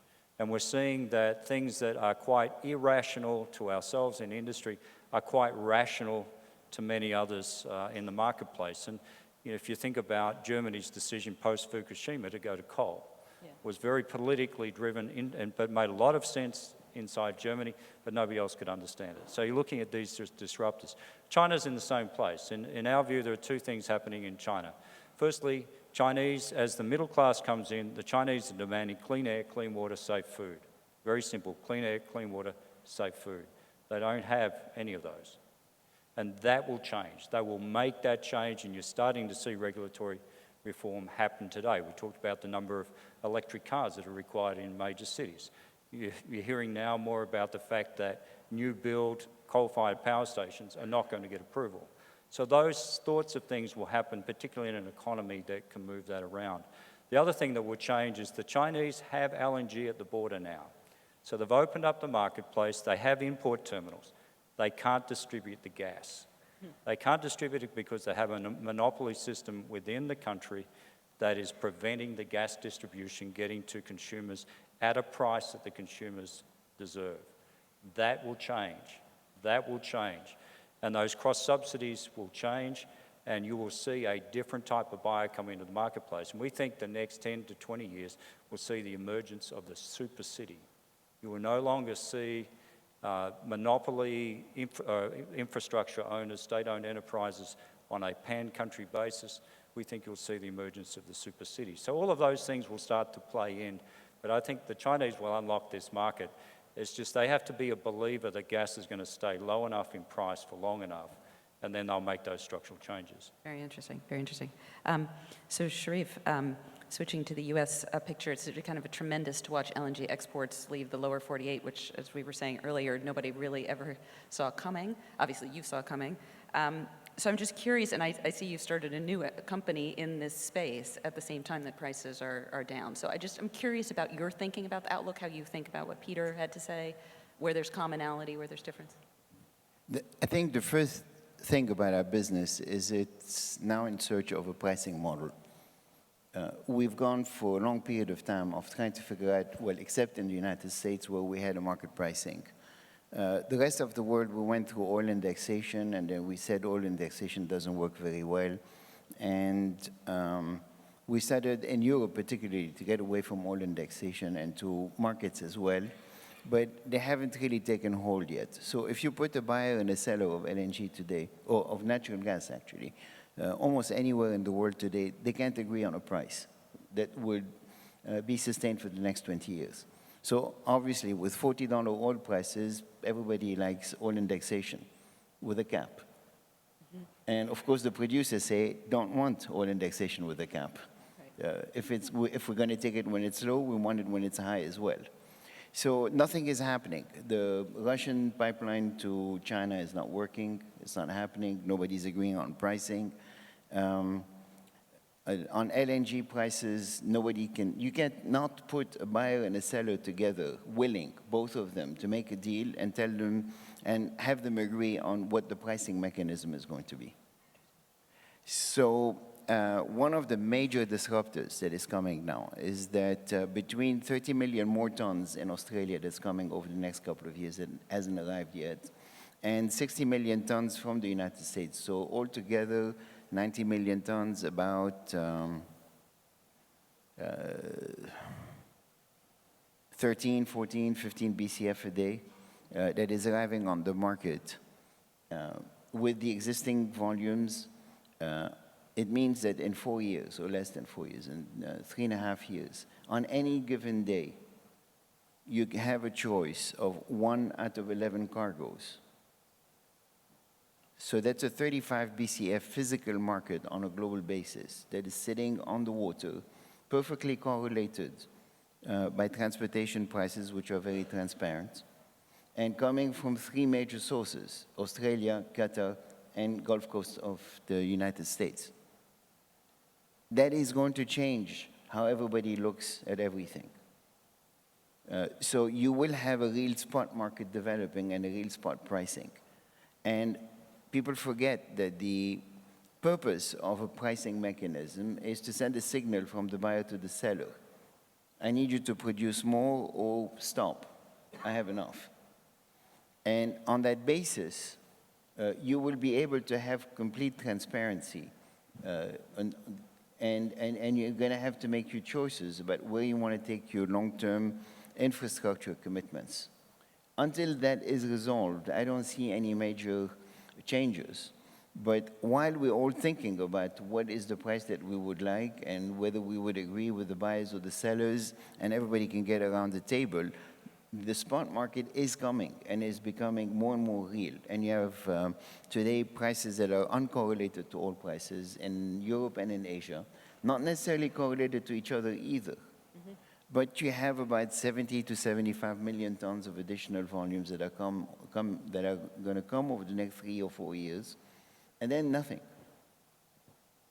So we have oversupply today. We don't have oversupply in 2021 and 22. Yeah. And if we don't start seeing people taking decisions today for what they want to do in 2021 or 22, we're going to find ourselves again short. About 4 or 5 years down the road. Yeah. So that's why I'm looking ahead and I'm saying there's nothing happening. Patrick talked about it earlier. Only 2 projects on the oil side were sanctioned in the last 12 months. Nothing got sanctioned on the gas side. Peter just delayed his project. Yes, delayed. But I would challenge Peter to find a pricing mechanism that works for him and that works also for his buyer. Very interesting. And actually, to the point of the buyers, actually, I wanted to bring Nick into this because I'm just curious how Europeans think about what's getting ready to unfold. And I'm always struck by this psychology in Europe that there's a very strong public sentiment, seemingly to us, against fracking. On the other hand, a potential huge opportunity when it comes to dependence on Russia for natural gas, and how you think Europeans are likely to react to this new dynamic. Is it going to be kind of the place that all this gas goes? And then also, what does that really mean for the Eastern Mediterranean and some of the projects that are, in theory, out there that are more expensive than? Okay, thanks, Mona. That's an awful lot of questions. I know, sorry. Let me take them one at a time. First of all, I think you have to start by looking at what's happening in the European market for gas. And there are 2 problems. The first is demand, and the second is supply. On the demand side, demand is down. It's been down for the last 10 years. It's now down, I think, about 15% from the peak. That is partly the sluggish economy. It's partly increased efficiency of use, but it's mainly down to the fact that public policy has mandated renewables, which have taken a large part of the power market away from natural gas that people used to hold and believed might continue. So that's the demand side, and I think that will continue to fall. I think we are actually well past peak gas in Europe. And then on the supply side, Europe is overwhelmed by supply from all sides. It's helped on by LNG, but the main driving force are the Russians. I was looking at the Gazprom numbers. Gazprom has taken the brunt of all that fall in demand over the last 10 years and is determined now to keep its market share. Gazprom has failed to complete the deals that it hoped to do in China. They haven't been signed. They haven't been signed in any way. There's no agreement on the route or the volume or the investment structure or the timing. And Gazprom will now get no revenue from sales to China until the late 2020s at best. Therefore, they're totally dependent on Europe for their revenue. And that's why they are pressing to both hold on to the market they have and to expand it by building Nord Stream 2. And I agree with the speaker from Total that it probably will go through because it's a political decision in Germany. And Germany see it as part of their long-term relationship with their major neighbor. So supply and demand suggest to me that prices are going to fall, and I don't see that changing very quickly. I think it leaves assets such as the Eastern Mediterranean absolutely stranded. I think Woodside were very wise to pull out of that. I think it leaves fracking a lost cause in the UK, despite the wishes of the government that it goes ahead. And I don't see it being developed in much of continental Europe because it's just not needed and the prices don't support it, even before you get to the environmental arguments. So I think Europe is a complex market, and I don't think it's going to help the world price go up at all. Quite the reverse. Interesting. And actually, to that, in the realm of other kind of risks out there, I'm curious, Fred, whether or not you think we've seen kind of the price of renewables come down. Is there also this threat that the price of renewables continues to come down to the point that this market, to Peter's point, it's just not there? It does find, mathematically, it just doesn't make a lot of sense. Or is there a point at which, no, in fact, the kind of curve just can't continue at the same rate that's been at? Well, Mona, I prefer to think of it not as the threat that the price of renewables come down, but as the promise since that the it's price of global renewables gas, have come yes, down. exactly. It's amazing. Renewables, solar panels have come down in price 80% over the last 5 years. People have figured out how to make wind power also somewhat less expensive. The curve isn't quite as steep as with solar. And so, yes, looked at from the perspective of the natural gas industry, I suppose it is a threat. And it's a good thing for the world that clean energy is truly clean energy is getting cheaper. I think that's a trend that's going to continue.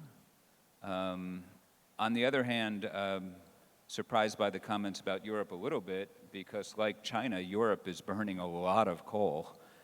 Germany is burning a lot of coal. So if there were increased demand for less carbon to be put in the atmosphere, that would create more opportunities, certainly for renewables, which would be my first choice.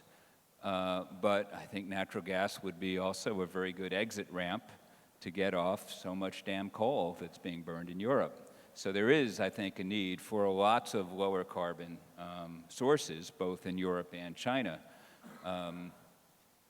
So, I think depending on the environmental policy, that Nick knows more about Europe than I do by a lot, I'll stipulate to that, but it seems like there's some scenarios where demand for a lower cap in the European Union ETS could create demand.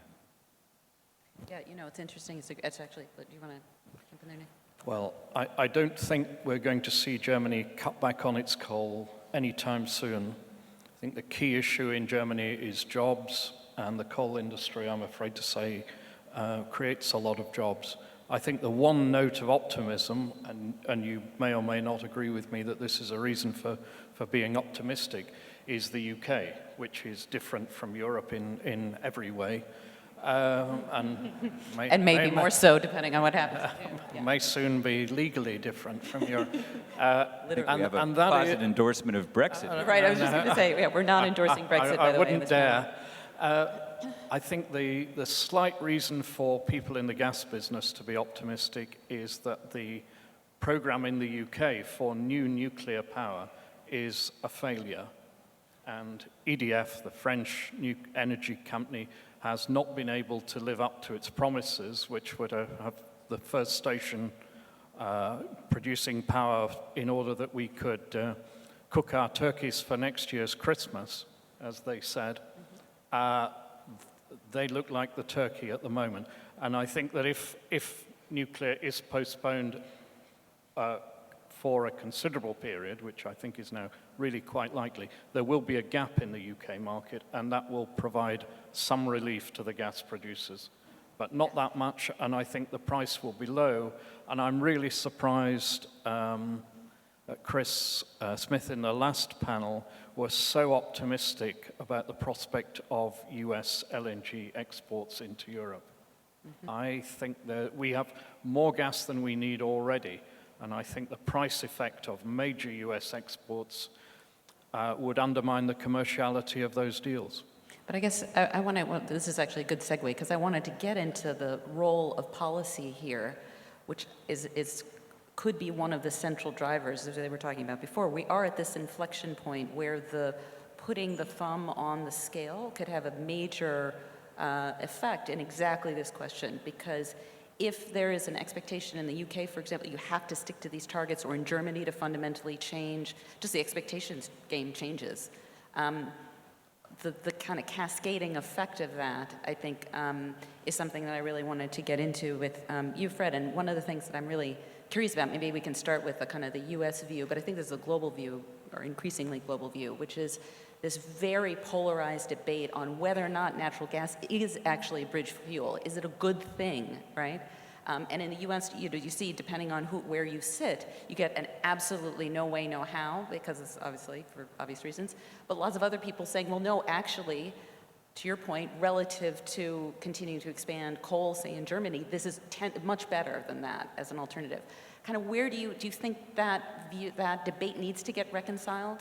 Do you think it will get reconciled? Do you think it has to? Or do you think it'll just work itself out as different countries make different decisions based on? Well, Mona, that's a great question. I think there is a real question about what's the length of the exit ramp if natural gas is an exit ramp off of coal and off of fossil fuels in general. And I think the length of that exit ramp is going to be determined by how responsible industry is and how supportive they are of public policy to make natural gas better from an environmental standpoint than it is now. Right now, it's not a well-known fact, but people are discovering this. Aliso Canyon in California helped a lot of people discover it. Natural gas, when it's not burned, is an extraordinarily potent greenhouse gas. Over the first 20 years after it's released, 84 times more potent than carbon dioxide. The instant it's released, more than 100 times more potent than carbon dioxide. And so, the industry is really shooting itself in the foot by not taking aggressive action to clean up these leaks. EPA just found out, just released a report within the last few weeks that the inventory of natural gas emissions in the United States, they had been underestimating by 34%. Which means the total leak rate in our country has gone up 11% between 2010 and 2014. And based on 26 peer-reviewed reports that EDF and industry participated in over the last 3 years that have been published, more to come, we know 10 times more about the leaks of natural gas than we used to 3 years ago. And what it tells us is this is the lowest hanging fruit in the field of public policy to get right. This is globally a fixable problem. You could reduce the leaks of methane from the oil and gas industry by about half, by 45%, for a trivial cost, 0.5%, the wholesale price of natural gas. And yet the American Petroleum Institute continues to fight even EPA's regulations on new infrastructure, let alone regulating existing infrastructure, which is the urgent need. Thankfully, President Obama and Prime Minister Trudeau got together a few weeks ago in March and said that they would expeditiously regulate existing oil and gas. Last point, just to make the point, if I told folks in the audience that we could lower temperatures around the world over the next 20 years by closing 1/3 of the world's coal-fired power plants, many of you would probably say that would be a good thing, but how could we do that? That's closing 1/3 of the world's power plants. That would be tough. Well, actually, from the oil and gas industry, if my colleagues in the industry could be more supportive, if the governments of the world pledged what the US and Canada have pledged, a 45% reduction in the leaks, which would cost a trivial amount, that would have the exact same effect on temperatures worldwide over the next 20 years as closing 1/3 of the world's coal-fired power plants. It's unconscionable that more governments aren't moving to do this, that more people in the oil industry aren't, but forget about conscience and ethics. It's just bad business, because on this license to operate question, or the question you posed, of how long will that runway or exit ramp be, it's going to be a lot shorter in Europe and the United States and around the world if the oil and gas industry doesn't finally say, you know what, this is the smartest thing we could do, and it reduces the risk to investors as well. It's funny. Actually, I wanted to, this raises one question also I want to talk about, which is pricing incentives and pricing of carbon, and whether or not everybody on this panel actually thinks that there's a prospect for that coming down the pike. It came up in the previous panel.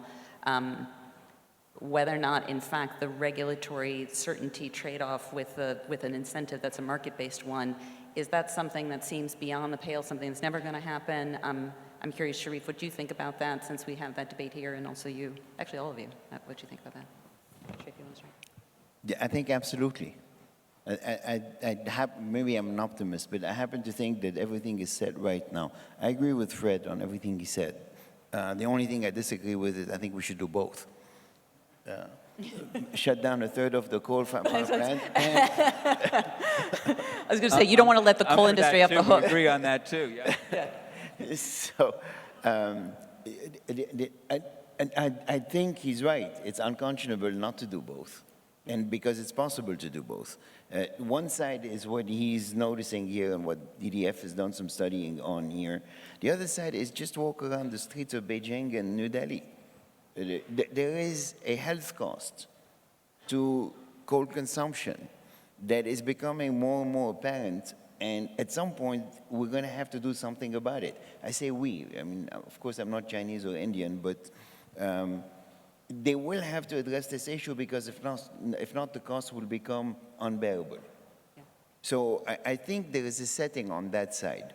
And then, who would have thought 2 years ago that you would have heard Patrick Pouyanné talk about carbon pricing is a good thing, and signing a letter with 5 other companies to say we think it's a good thing, and having Chevron and Exxon wanting to be different, saying, yeah, maybe it's a good thing, but we'll do it our way, not their way. So all of a sudden, you have a consensus of people that say this is a good thing because we are going to sell more gas.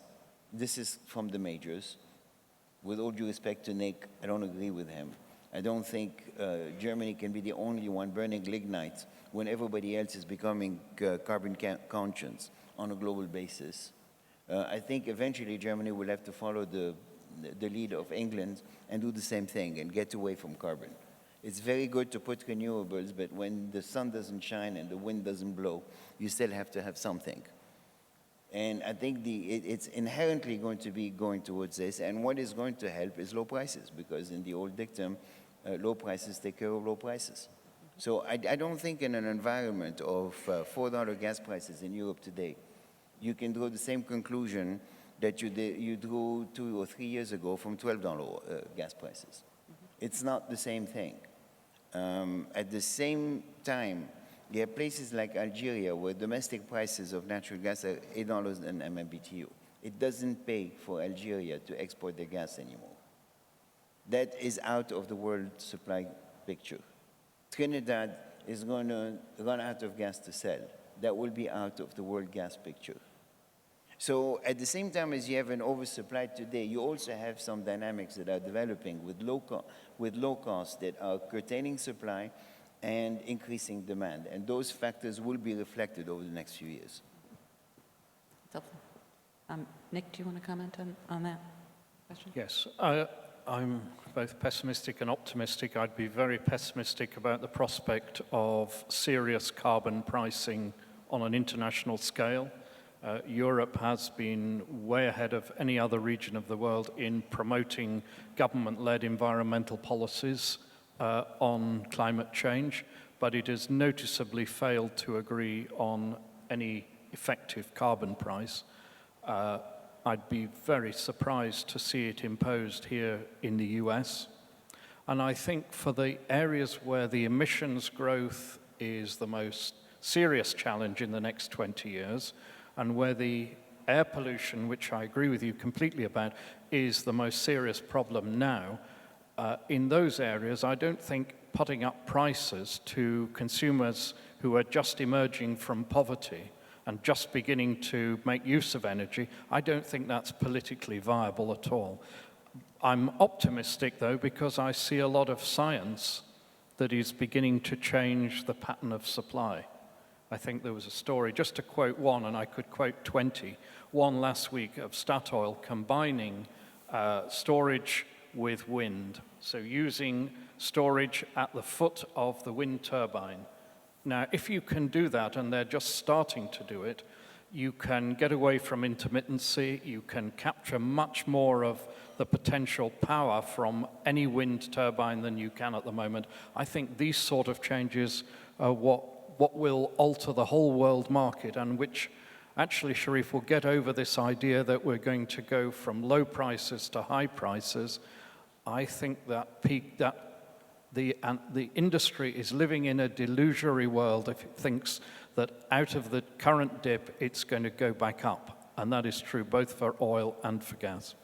Nick, I think there's a difference between putting a price on electricity and increasing the price to consumers and putting a steep price on carbon and other greenhouse gas emissions. And the difference is if you use the market accepts the price on the externality, grinds down the amount of pollution that's put in the system, and develops ways to keep consumer costs down with clean energy or lower emitting energy. And that's why in the United States we already have a modest price on carbon through the emissions trading system in the RGGI states here in the Northeast, in California, the biggest economy in our country among our states.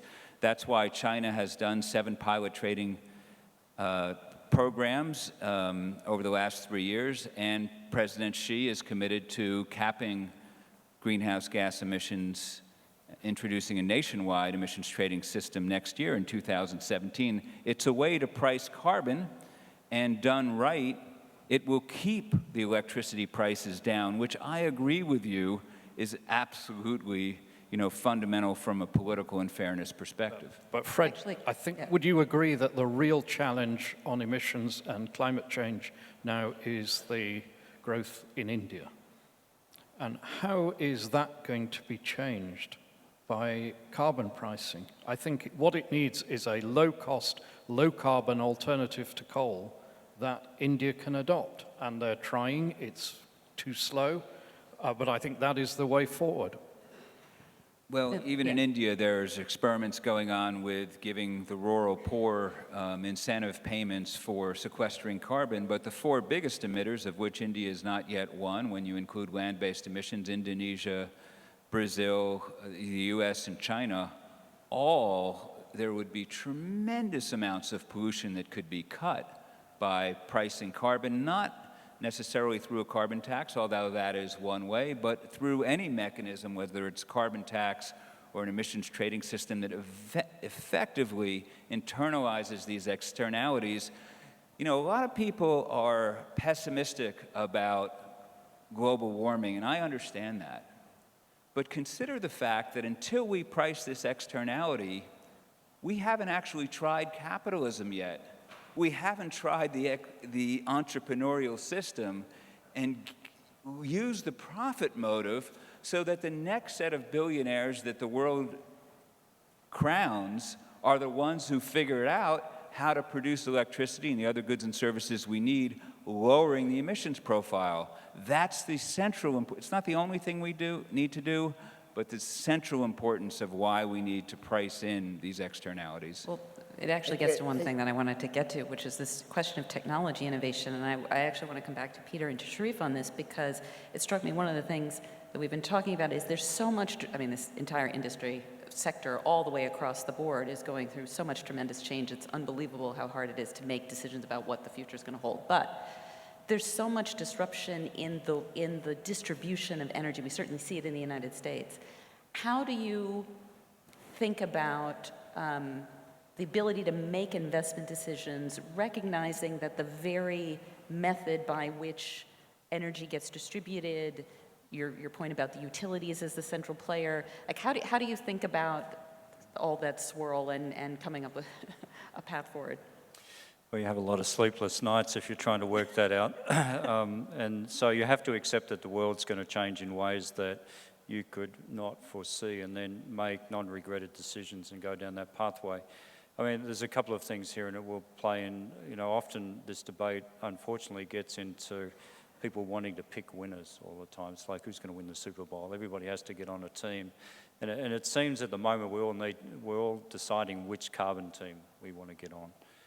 And we need to get away from that, because the reality is energy security in these countries requires many different forms of energy. And as we've seen, energy over time in various forms will change in its pricing base and its affordability to society. So you can't have societies locking in on one form of energy and finding there's a disruption in that. Okay, that's called maybe Fukushima, huh? Didn't forecast that one.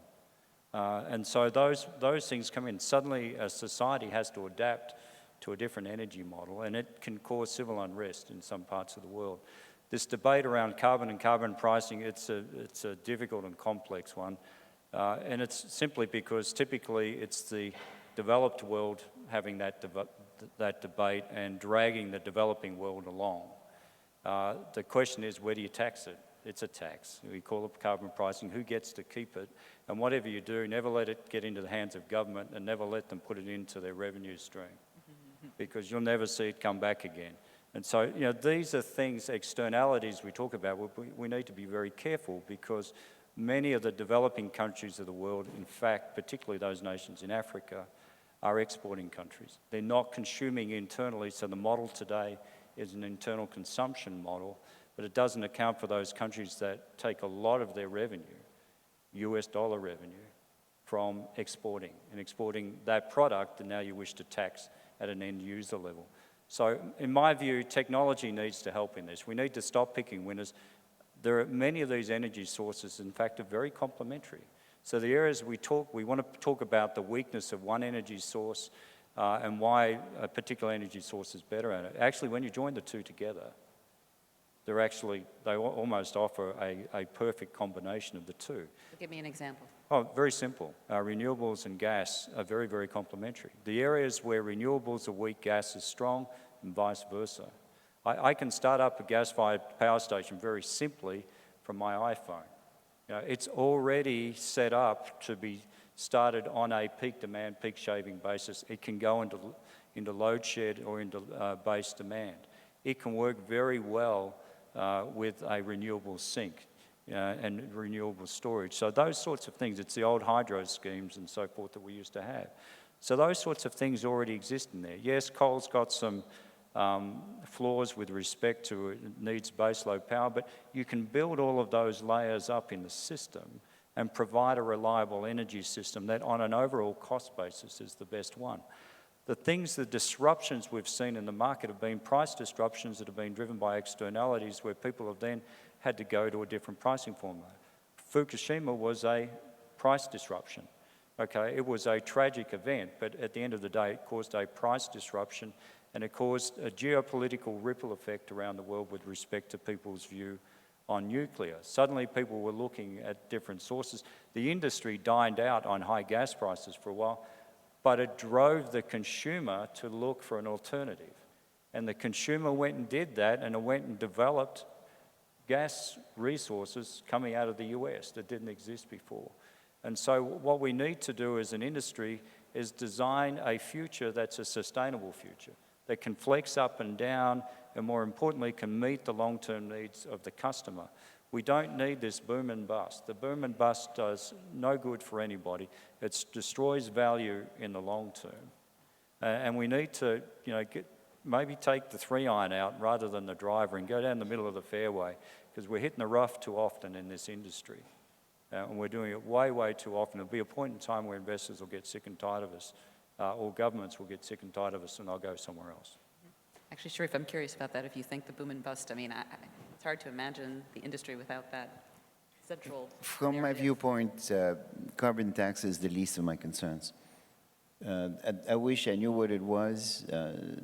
Fred can argue with Patrick about whether it's $30 a ton, more or less. As far as I'm concerned, when I'm building my plans, it's immaterial. If I know what it is, I can handle it, and if it gives me visibility on a regulatory standpoint in terms of what it is that I'm expected to do, it's even better. I'm going to be more affected by seasonal variation, or how the weather is going to be, whether Scott Sheffield is going to find an even better way to produce the gas originally, whether whatever banker is in the audience today is going to raise interest rates to 200 or 300 basis points more or less. All of these things are going to have more impact on my business than a carbon tax. It's a real cost. It's a real cost of extracting hydrocarbons. I wish we would incorporate it into the equation and forget about it. Interesting. It's an interesting view. So can I come back to a couple of the questions that I got on cards, which don't, but I do want to come back to this technology question because I think it's a really important one. So first, Peter, though, which is whether or not there's a recognition in the Australian kind of elite politicians, unions, that the industry needs to become much more competitive. Is that something that's been fully absorbed? Well, I think the debate is moving on in Australia. We've just gone through a huge capital spend period, and the nature of the industry, if you think about the oil and gas industry, there's basically three business models these days. One is the very heavy capital upfront costs. Once those costs are sunk, then generally the operating costs of that is very, very competitive, very low. The other extreme, the other bookend, is the unconventional shale gas industry. Has a low upfront capital cost, but it's the gift that keeps on taking. It has multiples and multiples of capital you need to continue to plough into it each year, and it's very sensitive to that cost of capital over time. And it will set a floor. So actually what we're seeing is there is a gift that the US industry's given the world. They don't know it yet, but they've actually set a floor with respect to the LNG pricing, because the ongoing cost of getting that LNG pricing in the market's going to be set by Henry Hub in the future, and the processing fees coming out of those plants. So you've almost set a price here that has created a floor, a new floor in the marketplace once more and more of that volume gets into the market. So, you know, from a technology point of view, as you think about how things are going to move on and what Australia needs to do, Australia's moving from this heavy capital mode, and of course government's now thinking about changing industrial relations law. Well, yeah, after we've spent the money. And it's now moving into an operating mode. So it needs to be much smarter as it moves into the operating mode. If you think about the invested capital in Australia, it's $150 billion of fresh capital that's gone in the last 5 years. The future is going to be data analytics, and it's going to be cognitive computing, additive manufacturing. And so if you think about those things, and it's something that the US is leading in many ways, but data analytics is going to be fundamental to having those plants running the very best they can. Cognitive computing or artificial intelligence is going to be the thing that will break the code with respect to the memory in the industry, the institutionalized memory in corporations, and the ability to get repeatability into the things that we do. And then, of course, additive manufacturing, which our friends in Germany are leading in many respects with respect to the equipment, is going to be the things that breaks the cost curve with respect to the materials and so forth that we use in industry. And I think we're just starting to see that. But this pause actually provides us the time to do that, and it provides us the license to do that. We're not under the gun anymore of analysts who are looking for growth, growth, growth. So it's actually for those who can, those who've got the time and got the balance sheet capacity and got the wherewithal, now is the perfect time in the cycle to sit back and say, how can we crack the code as we go forward? There is a fundamental code that we need to crack here. And I think there's a code with renewables. We need to stop competing with renewables. We need to stop seeing it as a threat, and we need to see it as complementary to our offering. And we need to work together to see how the two can actually move into the future. Yeah, very interesting. And I don't know, Fred, I'm just curious how you think about that. And also if you see, if you agree really with this sentiment that it should be like a puzzle piece where it kind of interlocks, and if so, in your mind, are there technology breakthroughs that are kind of right on the cusp that you think will lead to that future, that the audience may not be fully aware of or not as excited about as you might be? Well, I think everybody is aware probably that storage is finally beginning to come down in price. There's a long way to go. Having said that, I do think I agree with the point that, you know, natural gas is, because it can fire up quickly, the fossil fuel that complements most easily with renewables that are intermittent. I think the one thing that people don't yet see so much of is that there's tremendous ability for, just as computing power has helped electricity over the next few decades or electricity rather has helped computing power, now there's an opportunity for computing power to help the electric grid and seam in lower demands at certain times so that more renewables, can be put in the system. Last point would be, we've talked a lot about risk to the natural gas industry, and I think one way to avoid risk is with smart methane rules because it extends the runway. But another way because I agree with the point that governments aren't very good at picking winners and losers, I do think that's the advantages of these systems, whether it's a carbon tax or cap and trade, that allow the market to do that, is you solve the problem and therefore you minimize risk, because mark my words, we are in the race of our lives, and with every passing month there's more evidence that the effects of climate change are really serious. So the demand for public policy vis-a-vis fossil fuels is going to get stronger and stronger. So, smart methane rules at least extend the shelf life of that fuel, and pricing carbon allows that demand to be met, especially if it's coupled with a guaranteed declining cap on emissions. It allows the demand to be met without governments picking in winners and losers, which creates huge risk. Yeah. And also, because I've been in the government on this, there's the regulatory the incentives get twisted when you put down whatever the number is, whatever the line is, right? People figure out how to navigate around it. So I can see there's this little overtime sign that keeps popping up. So I guess we're getting close to being over. But let me just look. One last question for the panel is if we, I really hope we're back at this 5 years from now, and maybe we can take like a tape of this and come back and see whether or not all the things that you've been talking about, whether they're unfolding or whether or not in fact we're seeing a whole nother twist in the market. So before we just close, I just wanted to ask you guys, are you feeling like we're at the beginning of what is going to be now 10, 20 years of just incredible disruption to the point that, yes, we could not have this conversation 5 years from now and be really having the same conversation? Or do you think there's just a natural, we're overplaying it this time and we'll be back to kind of the normal market a few years hence? So. What a really good question. I hope you don't play it back at me. No, I'm going to, are you kidding? I'm taking yeah, tape look, and I'm going to. we're certainly I look at it 5-year period, so we're certainly into a period of uncertainty. There's no doubt about that. There's new volumes coming out of the US. We're not sure how they're going to get soaked up into the market. Everybody says Europe will be a sink. I'm not sure whether it will or how much of a sink it can be. I don't know how much will go into Asia. I don't know how many of those plants will actually run at full capacity. I mean, there are other options there. So all of that will play into it. Where's new demand going to come from?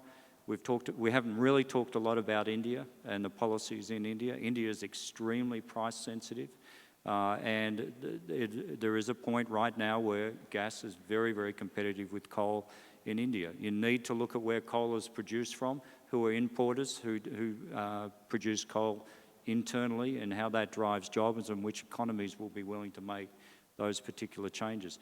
So all of that says we're in for a heck of a ride. This is really going to be fun. Those companies that will survive and, more importantly, thrive are the ones who are able to adapt to the changes in circumstances. Those who lock in on a particular vision of the world, 1 out of 10 of them will do well because they may have picked the right one. The other 9 will lag behind, and we'll be talking about them as former companies. Yeah. And so that's where I really think we are. Well, we're working really hard for it not to be. So I think we're at a point in our industry, we've been through it before, but we're at a point where the margin for error is pretty small. We need to be very careful. Mm-hmm. I think the biggest change over 5 years will be that the industry finally gets away from the idea that energy is something that's scarce and therefore inevitably going to become more expensive over time, and realizes that we're into an age of plenty, where because of technology and because of public policy mandating part of the market, we will have more energy supply than demand. And I think if we meet in 5 years' time, under Jason's leadership, it'll all be about how the energy business copes with long-term low prices across the board? I think the missing element is volatility. The shale revolution in the United States has introduced a measure of volatility in the world natural gas and oil markets that was unprecedented. So you can now go from peak to trough, if this is the trough, in about 18 months, and probably, in spite of what everybody says, from trough to peak in another 18 months. So we now have very short cycles, and you have to make 20 years investments with prices that go up and down every 3 years. And in that context, the business models that are currently in place don't work. So you've got to come up with a new model that addresses this kind of volatility. One way or the other, I think in the next 5 years, we will see a surge in the number of countries and economies that do put a price on carbon using one technique or another. We already have 25% of the world's GDP using a price on carbon. So we are well on our way to many, many more, and it'll be a good thing. Okay. Well, thank you. Thanks. Let's thank the panel. Great conversation. Thank you.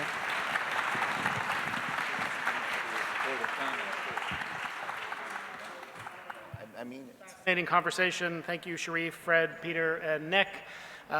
We are going to take a 9-minute break, not 10, a 9-minute break, and then we're going to come back with some of the key architects of the International Climate Agreement. Thank you.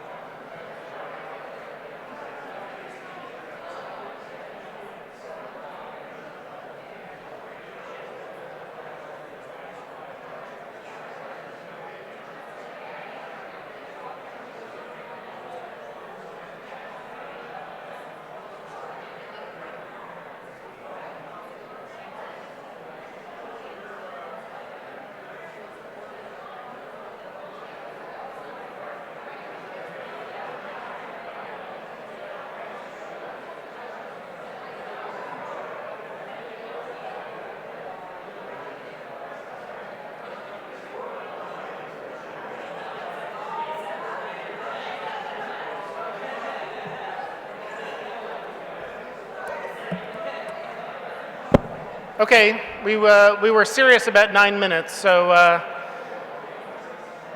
some of our panelists have tight time constraints, so we're going to get going with the next panel so that we don't lose people.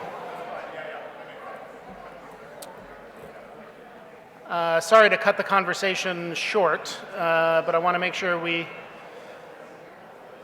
have adequate time to engage with this really stellar panel of experts here to talk about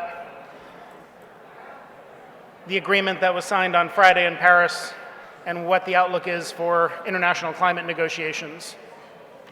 So if I could ask people to take their seats.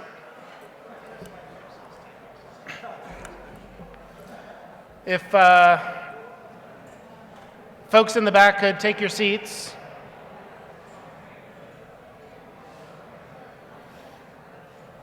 We're going to continue here.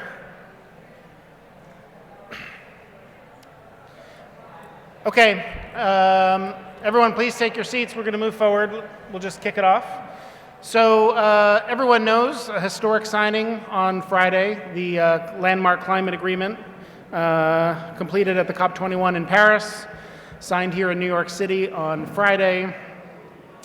And we're going to have a conversation now about what happened, what it means, and what the outlook is for international climate agreements and international climate cooperation. And I really can't imagine a better panel to help us understand that than the group of people that are here today, many of whom are architects of some of the most important international climate agreements that we've seen. If folks want to continue conversations and you can take them outside, that's fine, but I'd ask that you please take your seats to be respectful of the panelists who are here now. To moderate that conversation, we're going to turn to David Sandalow, inaugural fellow at the Center on Global Energy Policy, former Undersecretary of Energy, Assistant Secretary of State. Prior to government service, also served as a senior fellow at the Brookings Institution, and has been a partner for me, a friend for many years, and a partner for me in helping to build the Center on Global Energy Policy from almost its first day and from its inauguration. So really delighted to have had David as part of this effort over the last several years, and for him to be here to moderate this conversation. And I'll turn it over to him to introduce this all-star panel. David. And thank you for your extraordinary leadership in building the center. We have a remarkable panel here to discuss climate diplomacy. Let me just introduce them briefly. Sitting to my immediate right is Bill Riley, who he currently is a senior advisor to TPG Capital. He served as the administrator of the Environmental Protection Agency for George H.W. Bush, and in that capacity led the U.S. delegation to the Rio Summit, where the United Nations Framework Convention on Climate Change was adopted.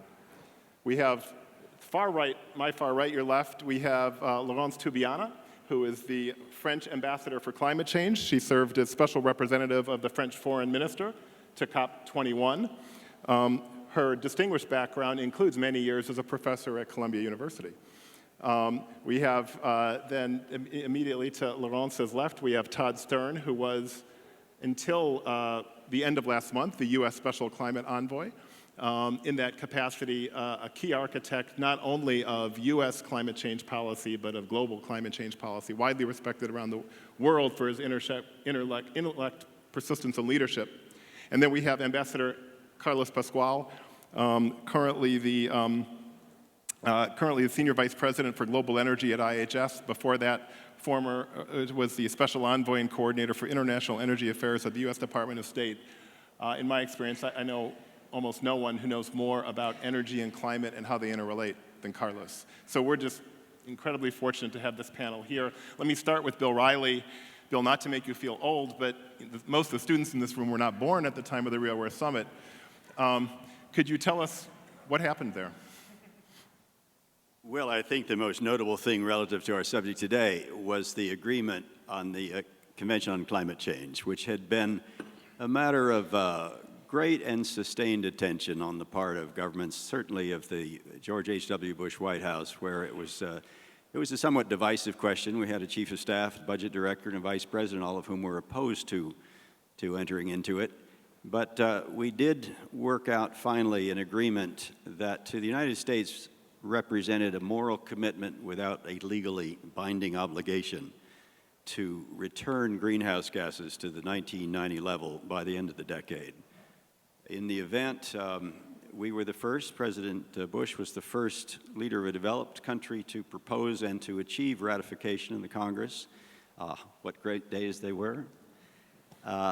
The convention is the basis for the protocols, the Kyoto Protocol and the others, and the conferences of the parties that followed. Bill, what was the international diplomacy and politics around the Rio Earth Summit? What were the issues that you were negotiating back then? We were negotiating several. One on biodiversity, the Biodiversity Convention, which the United States decided not to engage in, largely out of fear of intellectual property controls, and our own pharmaceutical and chemical industries were opposed.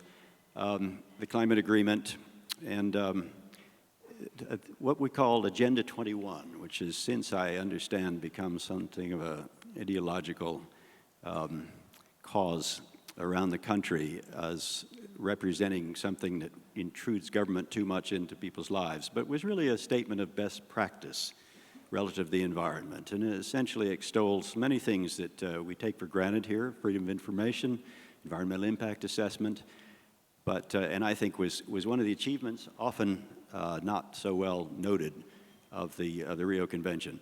Most important of all, it brought the world together for the first time in a very serious way around the whole panoply of problems, both in developing countries. It raised the priority, really, that I understood for water in developing countries, which was taken much more seriously than climate or biodiversity by most of the ministers there. And it led to an education on the part of prime ministers and presidents. I can recall overhearing Prime Minister say to his environment minister, tell me again, biodiversity, what's that all about? Which is a good thing. And last question about Rio, was there a divide between developed and developing countries at Rio? Was that a big issue? There was a divide between developed and developing countries. It got less attention, I think, than the recalcitrance reported on the part of the United States for failing to embrace legally binding targets and timetables. The money question was very much present at the time, whether there would be commitments on the part of the developed countries. We looked very closely at that, and in the middle of the 1992 campaign, looked at the polls, and U.S. population was not friendly to the idea of significantly making transfers for the purpose of accommodating climate or anything else at that time. So that was out of the question for us. The Japanese made some very ambitious commitments, which were not kept in the event. And yes, in short, there were divisions. Laurence, let's fast forward to the Paris Agreement last December, which you were a key architect of. Congratulations on all you did. Could you set the stage so we have a common baseline in the room? What were the significant features of the Paris Agreement? When you look at the Paris Agreement, and of course if we compare to what we did in Kyoto in particular, this is a totally different philosophy of an agreement. It's combined measures that really encompass all countries, but at the same time authorize a certain differentiation. And I think the key elements are we have a very clear direction, a global goal, which is quite ambitious, in particular on the temperature and the translation in terms of emission on the long term, meaning on the century. We have, I think, the idea that all countries has to make progress, meaning improving their commitments over time, every time more stringent.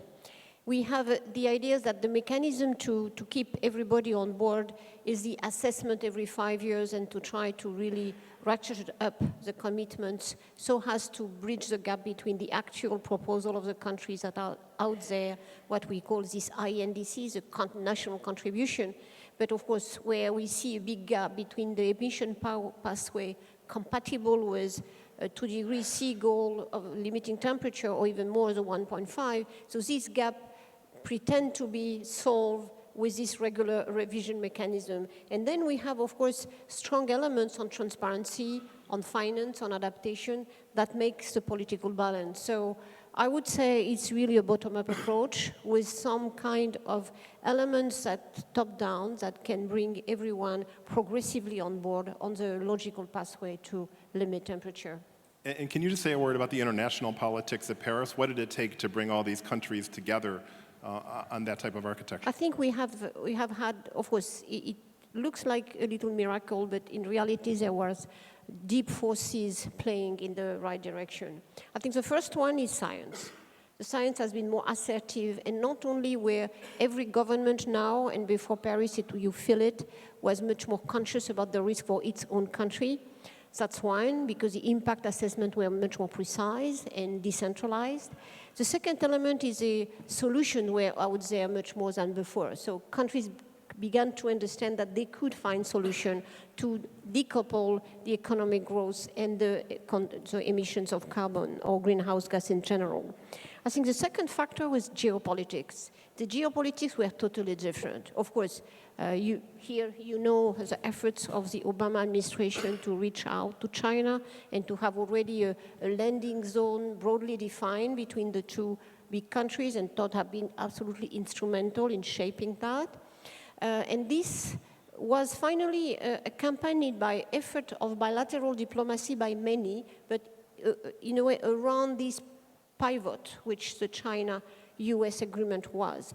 But on the side as well, other coalition came to complement that, with EU reaching out to small islands and vulnerable countries, and then US joining this effort in the what we, in my view, is a very significant coalition we call the High Ambition Coalition.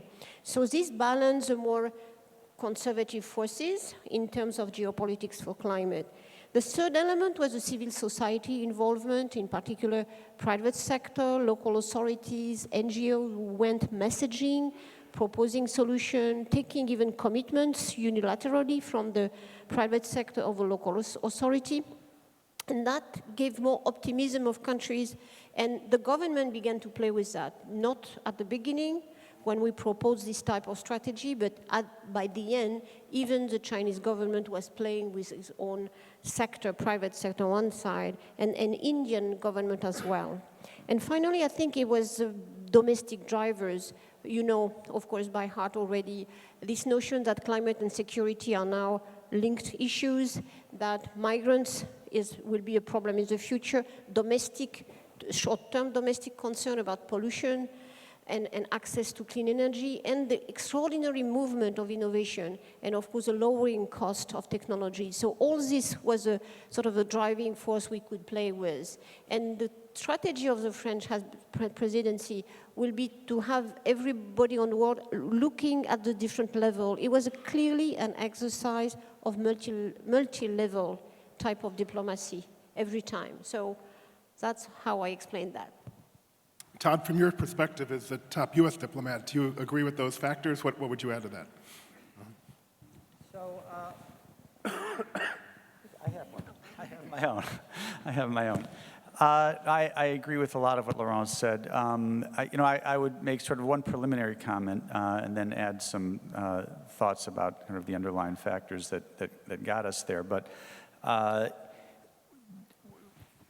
even recognizing all of these, the various factors that Laurent's talked about and that I'll talk about also, nobody should have the idea that it felt at any time until very late in the day in Paris that this was in the bag.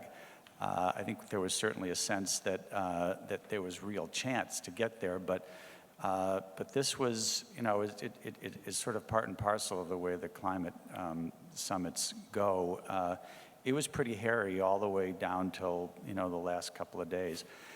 Having said that, look, I think that there's, I think about this in terms of a few factors. I think that there was, generally speaking, a greater readiness among countries generally to arrive at an agreement this time. I think that's partly driven by the increasing level of concern that countries had, many countries around the world, not everybody. And I think also a sense that if the UNFCCC tried and failed, that as it was seen to have done, sometimes not entirely correctly seen to have done, but seen to have done in the past, and sometimes actually did in the past, I think that it would have in fact been a very difficult thing for the UNFCCC to maintain its station as the preeminent place to manage this problem. And I think countries, that there was some understanding or some concern about notion that we couldn't afford to fail here. I think so. That's one thing. I think that there's. I think that there were ideas, a conceptual approach to this agreement that made it possible. I mean, we came at this from the point of view of the U.S. very much from the point of view that we wanted to get a strong and ambitious agreement, but also an agreement that could work consistent with both domestic politics and international politics. And so there were ideas, some of them were ours, some of them were others, but that became quite important. The nationally determined commitment or contribution structure where countries put forward programs, targets that they had developed themselves, rather than what happened in Kyoto way back when there was an actual negotiation over targets and timetables. The idea of putting those targets forward early, that's where the I in INDC comes from, intended nationally determined contributions, to be put forward well in advance of Paris. And that was an idea actually that we had proposed in order to try to put pressure on countries, in effect, to do their best, because it's not any kind of pressure other than the pressure of sunlight, when you're out in the open rather than having targets slipped under the door in Paris at the 11th hour. The legal structure was very important, the legal forum. There was historically, and all the way into Paris, a deep, deep devotion to the notion that this agreement had to be legally binding in every aspect.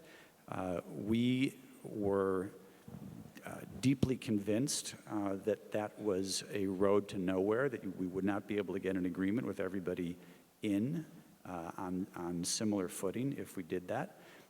And so it was actually New Zealand some time ago put forward a proposal for essentially a legal hybrid. We thought that was a good idea, and we and others pushed that, but I think that was also a sort of conceptual element that made this agreement possible. Laurence mentioned some of the other elements of transparency and finance and so forth. I think to some extent, if I had to pick one element out of this agreement that is really critical, it's the notion of the essentially 5-year cycles that keep ratcheting this thing forward. So every 5 years, starting in 2018, there will be a global stock take to measure how we're doing against the quite strong goals that we agreed to. And then starting in 2020, every 5 years, countries coming forward either with new targets or reevaluating the target that they're in the middle of to see whether they can ratchet it up.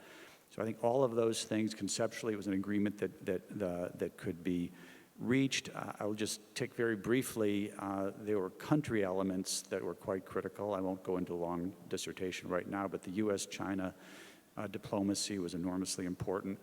I think that both Secretary Kerry and President Obama were engaged heavily with other big China, of course, but also big players like India, Brazil, South Africa, and others. And then I would finally say that the French presidency had an enormous role in this and was outstanding, led by Foreign Minister Fabius and by Laurence. It was these things are really tough. You have no preparation for it because nobody is an experienced president of the COP when they get the role. And I think that the French really had, with the great challenge of dealing with so many different countries with so many different perspectives, and putting across a new architecture, again and I should have said before, with differentiation. Not backward-looking to 1992 categories, but forward-looking to a differentiation based on real capacities of countries. So this was a huge, tall order. I think the French really had a kind of true north on getting an ambitious agreement and an agreement with the cycles built in that was going to last and that was going to give enough to everybody to get them engaged, but with ambition as the lodestar. So that's what I would say, David. Just ask about one piece, which I think neither of you mentioned, which is the 1.5 degree C goal, or 2.7 F goal, to keep temperatures from rising. I think that caught some people by surprise. Any comments about the importance of that substantively or its role in the negotiations? Well, my first comment is that it's and this is actually important. It's not the goal. The goal is well below 2 degrees.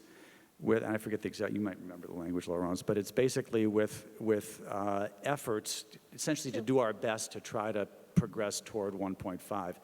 It wasn't per se a 1.5 degree goal, which I think wouldn't have been doable. But I think the fact that countries, including us, that's not anything that we'd ever agreed to before, were prepared to put that on the table, at least as part of the equation, was hugely important to the islands and least developed countries, and it's important in the light of how serious the science is. So well below 2, which is already hugely ambitious challenge, is embedded as the goal now with, you can forgive me, I forget the exact language, but with some kind of best efforts to get to 1.5. I think the important element was to get very difficult to get political balance all over the agreement. Of course, you have this core discussion between emerging countries and the developed countries, who form already a sort of a bargain. But then you then let aside the less developed countries and the small islands. And that was not our intention. We knew that if we can get a coalition of these countries, which have basically moral authorities, they don't have any power, they don't have any economic weight, together with a number of progressive countries on the developing countryside, and even now, even in the emerging country, you see, of course, not only China, but Brazil, for example, others wanted to go forward. And this coalition was very important to get a more ambitious agreement. If not, we'll not have the global goals, the idea that we have to net zero emission by the end of the century. All this was about a particular balance of politics that you have to put the 1.5 as a really a signal to them that they were part of the game totally. Carlos, you're now advising members of the business community about energy and climate issues. What do you hear about the Paris Agreement? I think, first of all, there's a credibility that this agreement is going to make a difference, and a great deal of credit goes to the two of you and the work that you did as part of that. Two big factors behind that. The first is that countries are taking action, and that action, as both Todd and Laurent said, gets renewed every 5 years. And so there's a perspective that the market is going to change, and that countries will be setting policy differently and investors will be acting differently, and this will create new market opportunities. And so from that perspective, the action itself and the perspective of its continuation is creating a different attitude in the investment community of energy developers and the financing community, that there's an opportunity here to be developed. I think the second thing is that it's not just what's changed in policy and politics, but it's happening at a point in time when there are rapidly declining costs in technology and a revolution in information technology. And so those three things together, the big data, the technology, the politics, and the policy together are having a massive impact on the way businesses view these areas. At CERAWeek this year, a conference that IHS sponsors every year, one of the leading global energy companies made this point that it's at a point in time, technology started giving us possibilities of what we did. But when you combine that now with the political environment and what big data is enforcing on efficiency, you have to do these things to compete. And if you don't compete, you can't make money. And so that's starting to create a virtuous cycle. And the argument goes that if you can combine that now with pricing carbon, that you then have a political factor which is driving the politics to change. You have the competitive factors, the big data factors, the declining technology costs that are making this more attractive. And if you then start to price carbon in a way where the market is really reinforcing that, then you get this virtuous cycle that can actually make this succeed. Bill, you're an investor. Do you see the Paris Agreement affecting capital flows? I do. A number of things have changed over the past 10 years, really, in the investment field.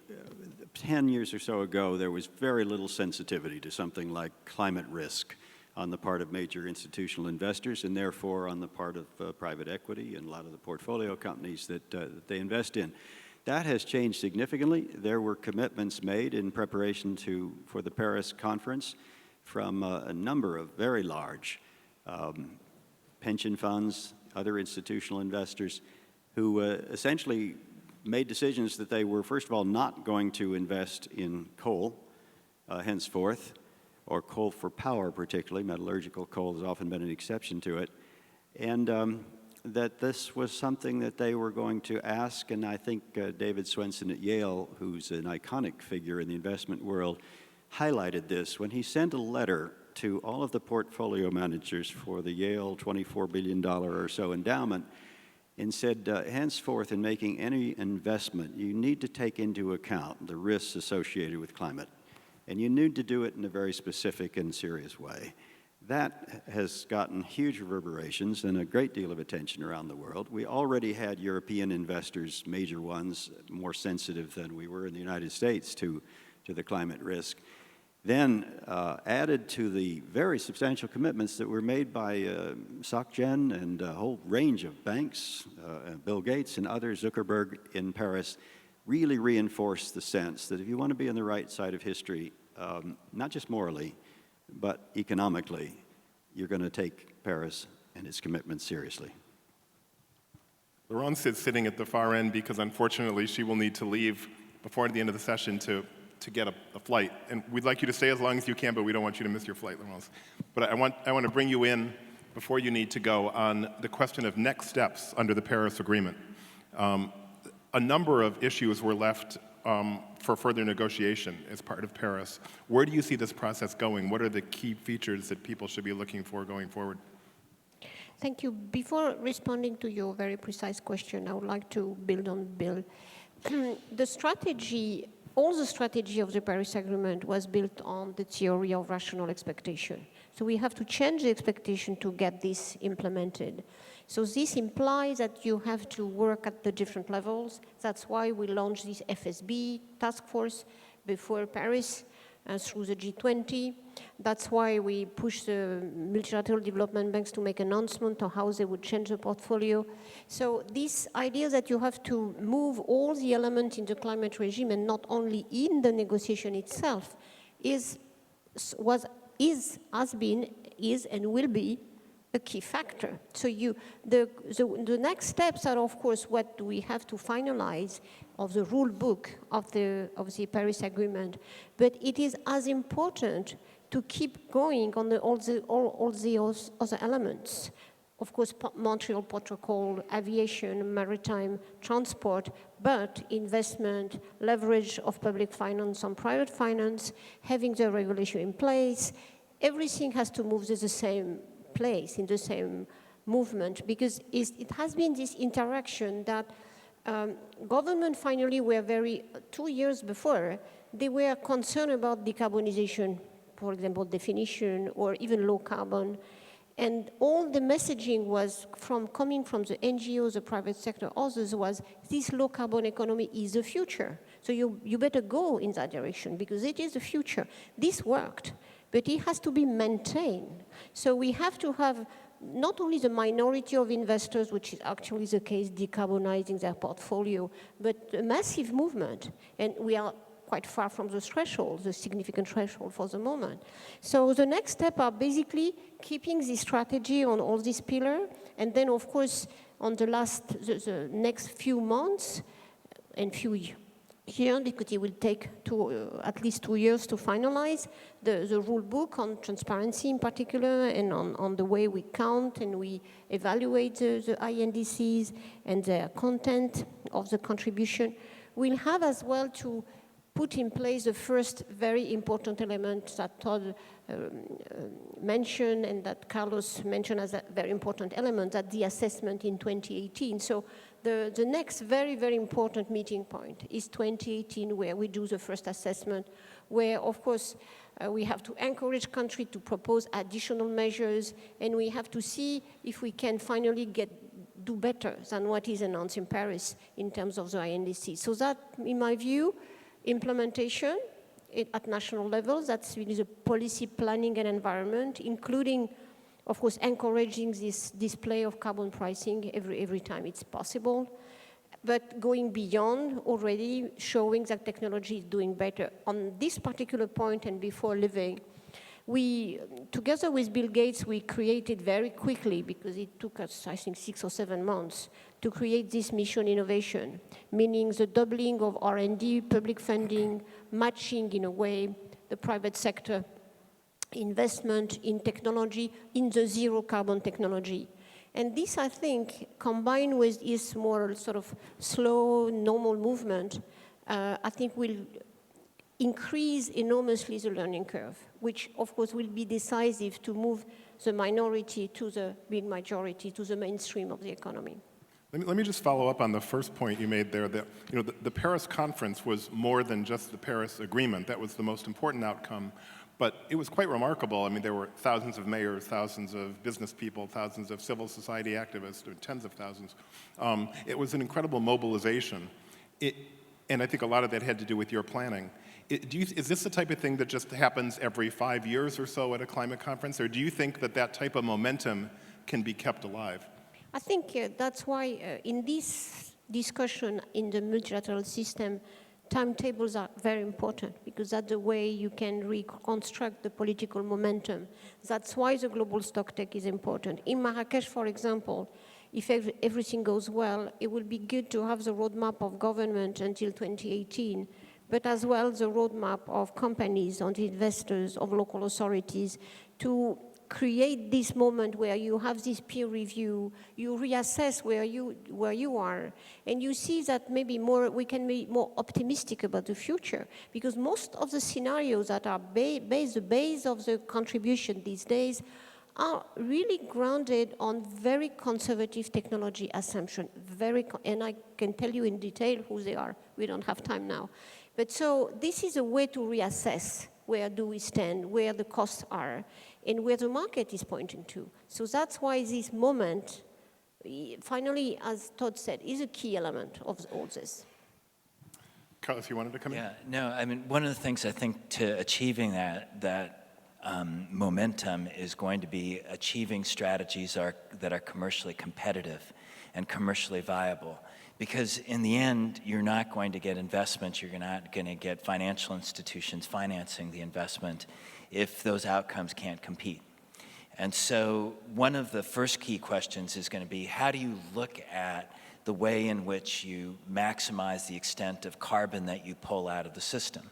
And if you get into a debate of technology versus technology, I think that could become very dangerous.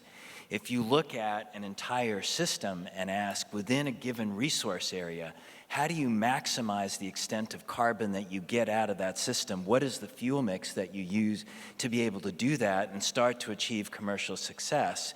Then you can start to get real outcomes that demonstrate that you can do this in a least cost way and have commercially viable outcomes. I think the other critical thing that's going to be necessary is the business models that are going to have to be adapted. I'm looking at Jim Rogers over here, and thinking about the days when distributed energy was the kiss of death to any utility around the world because it eroded your customer base. And now utilities are saying, okay, it's the reality for the future. But it's putting in place those business models that allow you to actually take advantage of lower carbon technologies, renewable energy technologies in a way that lets you make business as a utility. That also is going to have to be key. And so it's those kinds of commercial realities combined with the public policy incentives that I think are the real test right now, because the two just have to go hand in hand to work. As long as you look at any parting words for us. Thank you. A big hand for Laurence. Congratulations. Thank you for everything you've done. Todd, do you have thoughts about the next steps after Paris? What are you advising your successor or the key priorities going forward in the international negotiations? Well, so I would split the question up into two pieces, which essentially is what Laurence was doing. But there are a number of elements that need to be further elaborated from the Paris Agreement itself. So the most Notable ones include detailed guidelines for how the transparency system will work, further guidance with respect to accounting for emissions, accounting for finance, and so forth. So those things are mostly not expected to be done this year. They'll get started this year, but they will probably, most likely, all come together and all come to a head at the same time in 2018.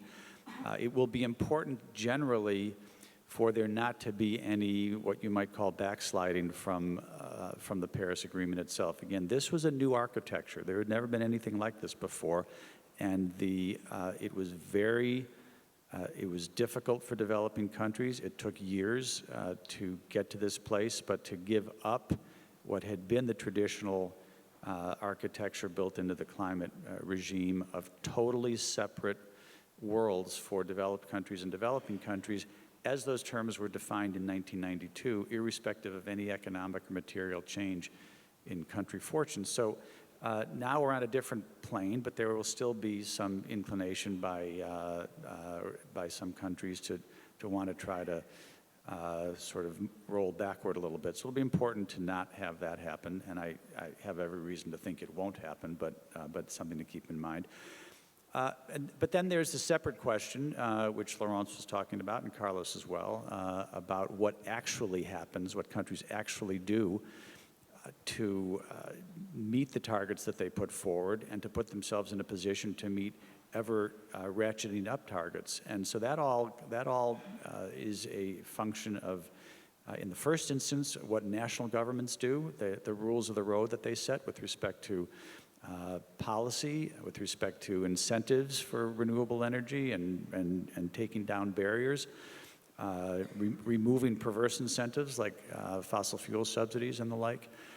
So there's a huge challenge for countries acting around the world at the national level. There's also very important measures that will happen in the world of markets, and we've heard some of that today already. One of the things that is a new initiative that Mark Carney, chairman of the Bank of England and head of the Financial Stability Board, has been a champion of is disclosure.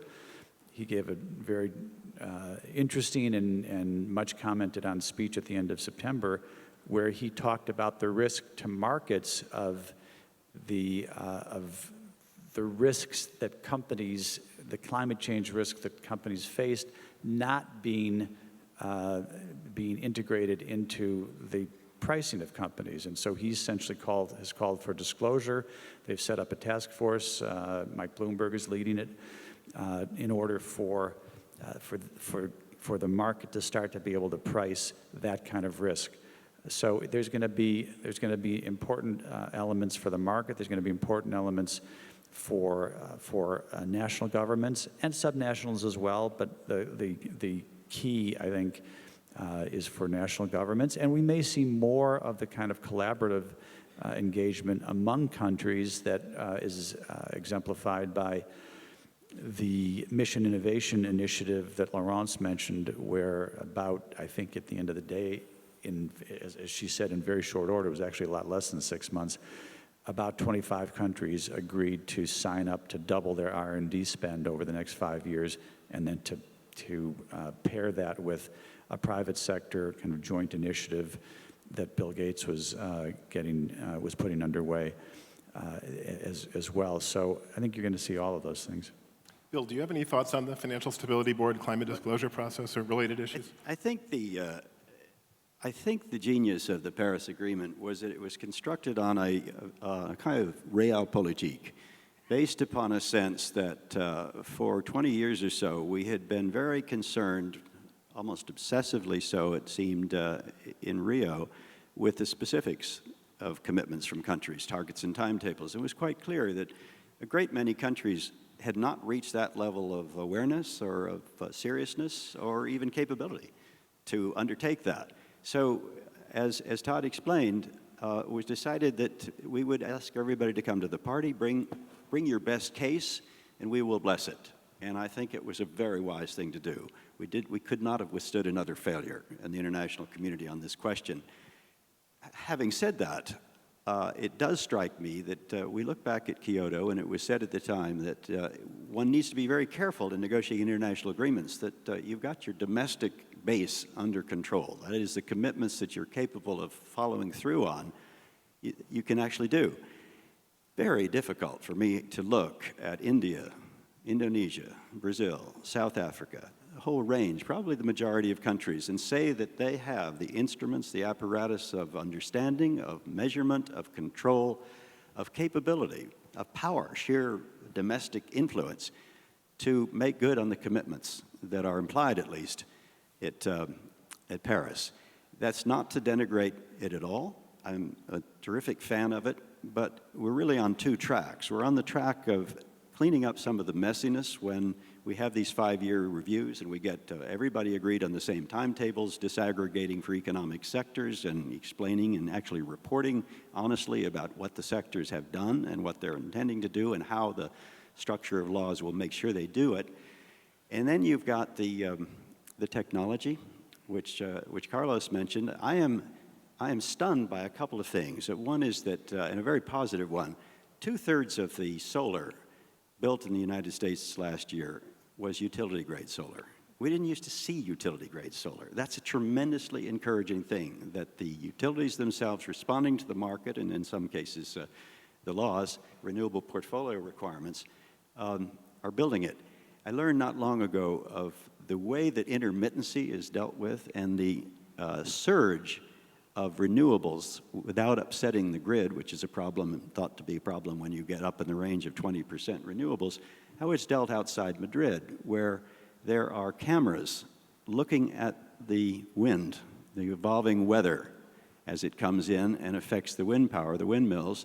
Those visuals, the videos, are sent to a place in India where they are processed, analyzed, further transmitted to Chicago, where the algorithms are applied to make sure that the grid is not stressed, that if we're about to see a very substantial, well, it's wind and solar, changes in the weather, that the grid adapts to it. I don't think we have anything equivalent to it in the United States, but the fact that the technology exists, it will be, in this globalized world, made available elsewhere, it's tremendously promising. And the centrality of technology to address these issues and deal with intermittency, for example, is really crucial to the success of Paris. Carlos, Bill talked about the ability of developing countries to meet some of their goals under the Paris Agreement. That's going to require financing. And you and Jason Bordoff wrote a very thoughtful piece about how to raise money for meeting the INDCs and their goals. Do you want to just say a word about that? Sure. What it basically goes back to, and Jason and I wrote this concept of a low carbon climate challenge. And it really comes back to the point of, let's just take a country like Indonesia. How do you convince an investor to be able to invest in geothermal instead of coal? What's it going to take? And in the end, it's going to be based on which project produces the best internal rate of return. And so in the end, you have to come back and ask yourself, what are the policy and market factors, from pricing of electricity to access to land rights to financing terms, that are going to make a difference between where those investments are going to go? And if you can't change that equation, you can't succeed. And if you can change it, then you have the potential to create a market-based mechanism to drive this process of implementation of the kinds of targets that countries are putting forward in their nationally determined contributions. And so what Jason and I were basically saying is that you have to bring these questions back to an individual national level and ask the practical question of what's going to change investment patterns. And there's no part of the world where this is more important right now than Southeast Asia. Because in the fuel mix in Southeast Asia, coal is projected over the next 20 to 30 years to go from just under 30% to 50%. And if you don't change the investment pattern in that part of the world, what we're doing in the rest of the world in terms of net carbon impact gets wiped out. And so this has become, I think, a very practical question we have to deal with on a case-by-case basis in individual countries to really understand what those investment trends are going to be. Todd, what's the ability of the United States to meet its commitments under the Paris Agreement? I think the ability of the United States is quite strong. The program that President Obama and the administration has put in place is actually incredibly ambitious and effective, given that we are doing this without much help from the Congress. Although some very important help, I should say, in December with the new investment tax credit extensions. But look, I think it's challenging. Our premise in selecting a goal, our goal is a 26 to 28% reduction below 2005 levels by 2025, and the idea was to make that reachable but hard. I mean, that was the whole point. I mean, if it was going to be in the bag, then there's no reason to do it. You're trying to push, not to a level that you've got no shot at, but to a level that's going to spur action. So I think that tremendous improvements have been made, really across a wide range of the economy by the president. The Clean Power Rule is a little bit on pause owing to the Supreme Court, but I'm quite confident that that'll go forward. The transportation sector regulation has been outstanding, going back to rules from the first term, which was going to take our fleet from 27 to 54 miles a gallon. There's been huge things done at the Department of Energy, where you were, David, in the whole world of standards for energy efficiency. A very ambitious program of regulation involving non-CO2 factors like methane. So I think that we are well positioned, and that the new president, we won't get into politics here, but the new president is obviously going to be important, and we need a new president who's going to see this as both the environmental necessity and the economic opportunity that it is, and keep moving. Bill, do you agree with Todd's assessment? Well, there are two key pillars, I think, to the Obama approach to climate. One is the automobile fuel efficiency, 54.5 miles per gallon, which is revisited, just as Paris commitments are, every 5 years. And the other is the Clean Power Rule. I think, to be realistic, you have to take into account that more than half the states have filed legal action against the Clean Power Rule, and it's in the Court of Appeals in Washington. One hopes, I certainly hope, I have co-signed with Bill Ruckelshaus, the first EPA administrator, an amicus brief prepared by Richard Lazarus and Jody Freeman of the Harvard Law School, saying that the kind of discretion exercised there is consistent with the way that both he and I administered the Clean Air Act during our times. First question I was asked by Minister Xie Xiaowen in Beijing before the Paris commitments were made, conference started, was what is the likelihood that the commitments made by the United States will survive President Obama's administration? So it's very key that they do. My answer was the country is decarbonizing. It is decarbonizing. We are phasing out quite a significant amount. The last panel talked about a third of the coal-fired power plants. We're moving to eliminate them as a consequence of the market and the price of natural gas. We have to hope that this anomalous, I think, situation where the EPA administrator is now pursuing a priority and trying to administer a law to deal with a problem, to confront and control a problem that the majority in the Congress of the United States does not admit exist. This has got to change. I think it will as a consequence of perceived problems in places like Miami Beach and others, whose mayors have already written to ask that the debate interviewers ask the question about climate of the candidates, not very reassuring the kinds of answers that they're getting. But that, it seems to me, cannot stand for another 4 years, that continued refusal to recognize on the part of much of the Congress.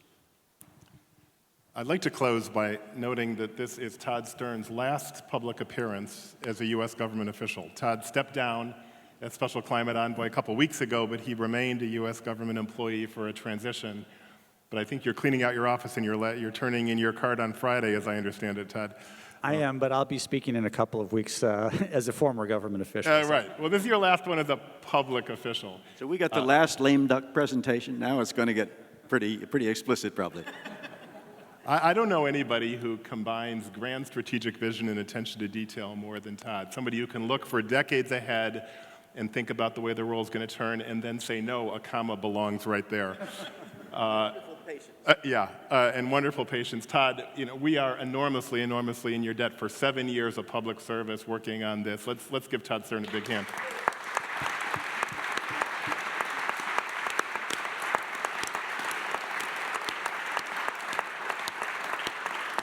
And so, Todd, you have the last word. As you leave U.S. government service, any final reflections? Well, it's the best job I've ever had.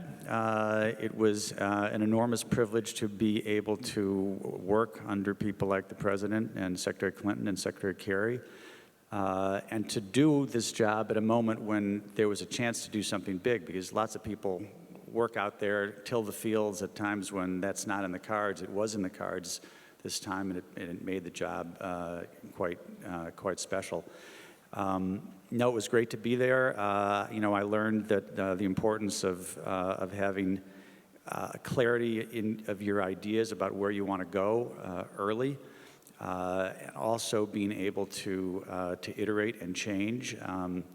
The estimable scholar Mike Tyson has said that everybody's got a plan until they get punched in the mouth, and so you also have to be aware of that also, and have a vision of where you want to go, but be able to zigzag your way down the field if need be. So anyway, it was great. Thank you very much, David.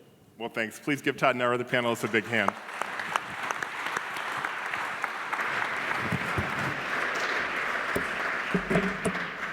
Thanks so much for that really fascinating discussion with an extraordinary group of people who've been on the front lines of international climate change work for years.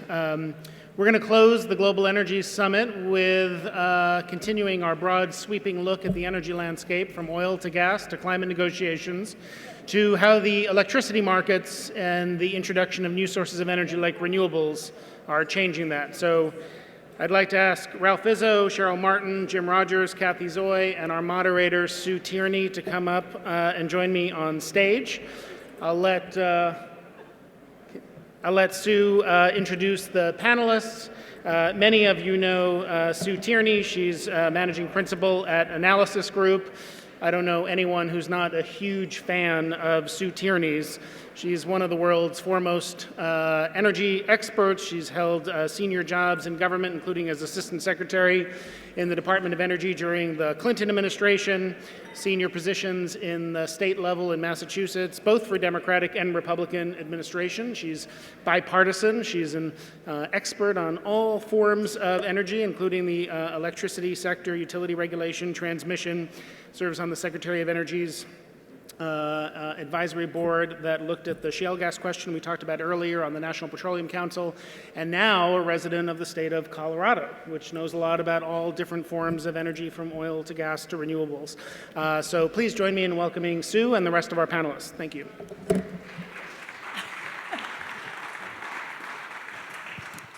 Well, it is a tribute to Jason and this wonderful program that you all are here at this late hour, so thank you. I think that the whole day's discussions have been fantastic, but I kind of think we've saved the best for last. So this is a wonderful group of innovative, entrepreneurial, really brilliant leaders who have made things happen in a number of different fields. Their full bios are in the program, but I'm going to say a word or two about each one of them, and then I'm going to encourage a dialogue on a number of questions. So first, on my far right, your left, is Ralph Izzo, who is everything at the head of Public Service Gas and Electric Company, PSEG Enterprise, in New Jersey, across the river. And Ralph has been there for 2.5 decades and has really led that company to be a real innovator on competitive markets, distributed generation, a variety of things on clean energy. He actually got his PhD at Columbia, so I think I had to say that here. Okay. So this was in applied physics, so this guy's a real scientist, and also an extraordinary businessman and leader. Next to him is Kathy Zoy. Kathy has just about had every single job there could be to have in academia, non-governmental organizations, governments, business, on clean energy and climate issues.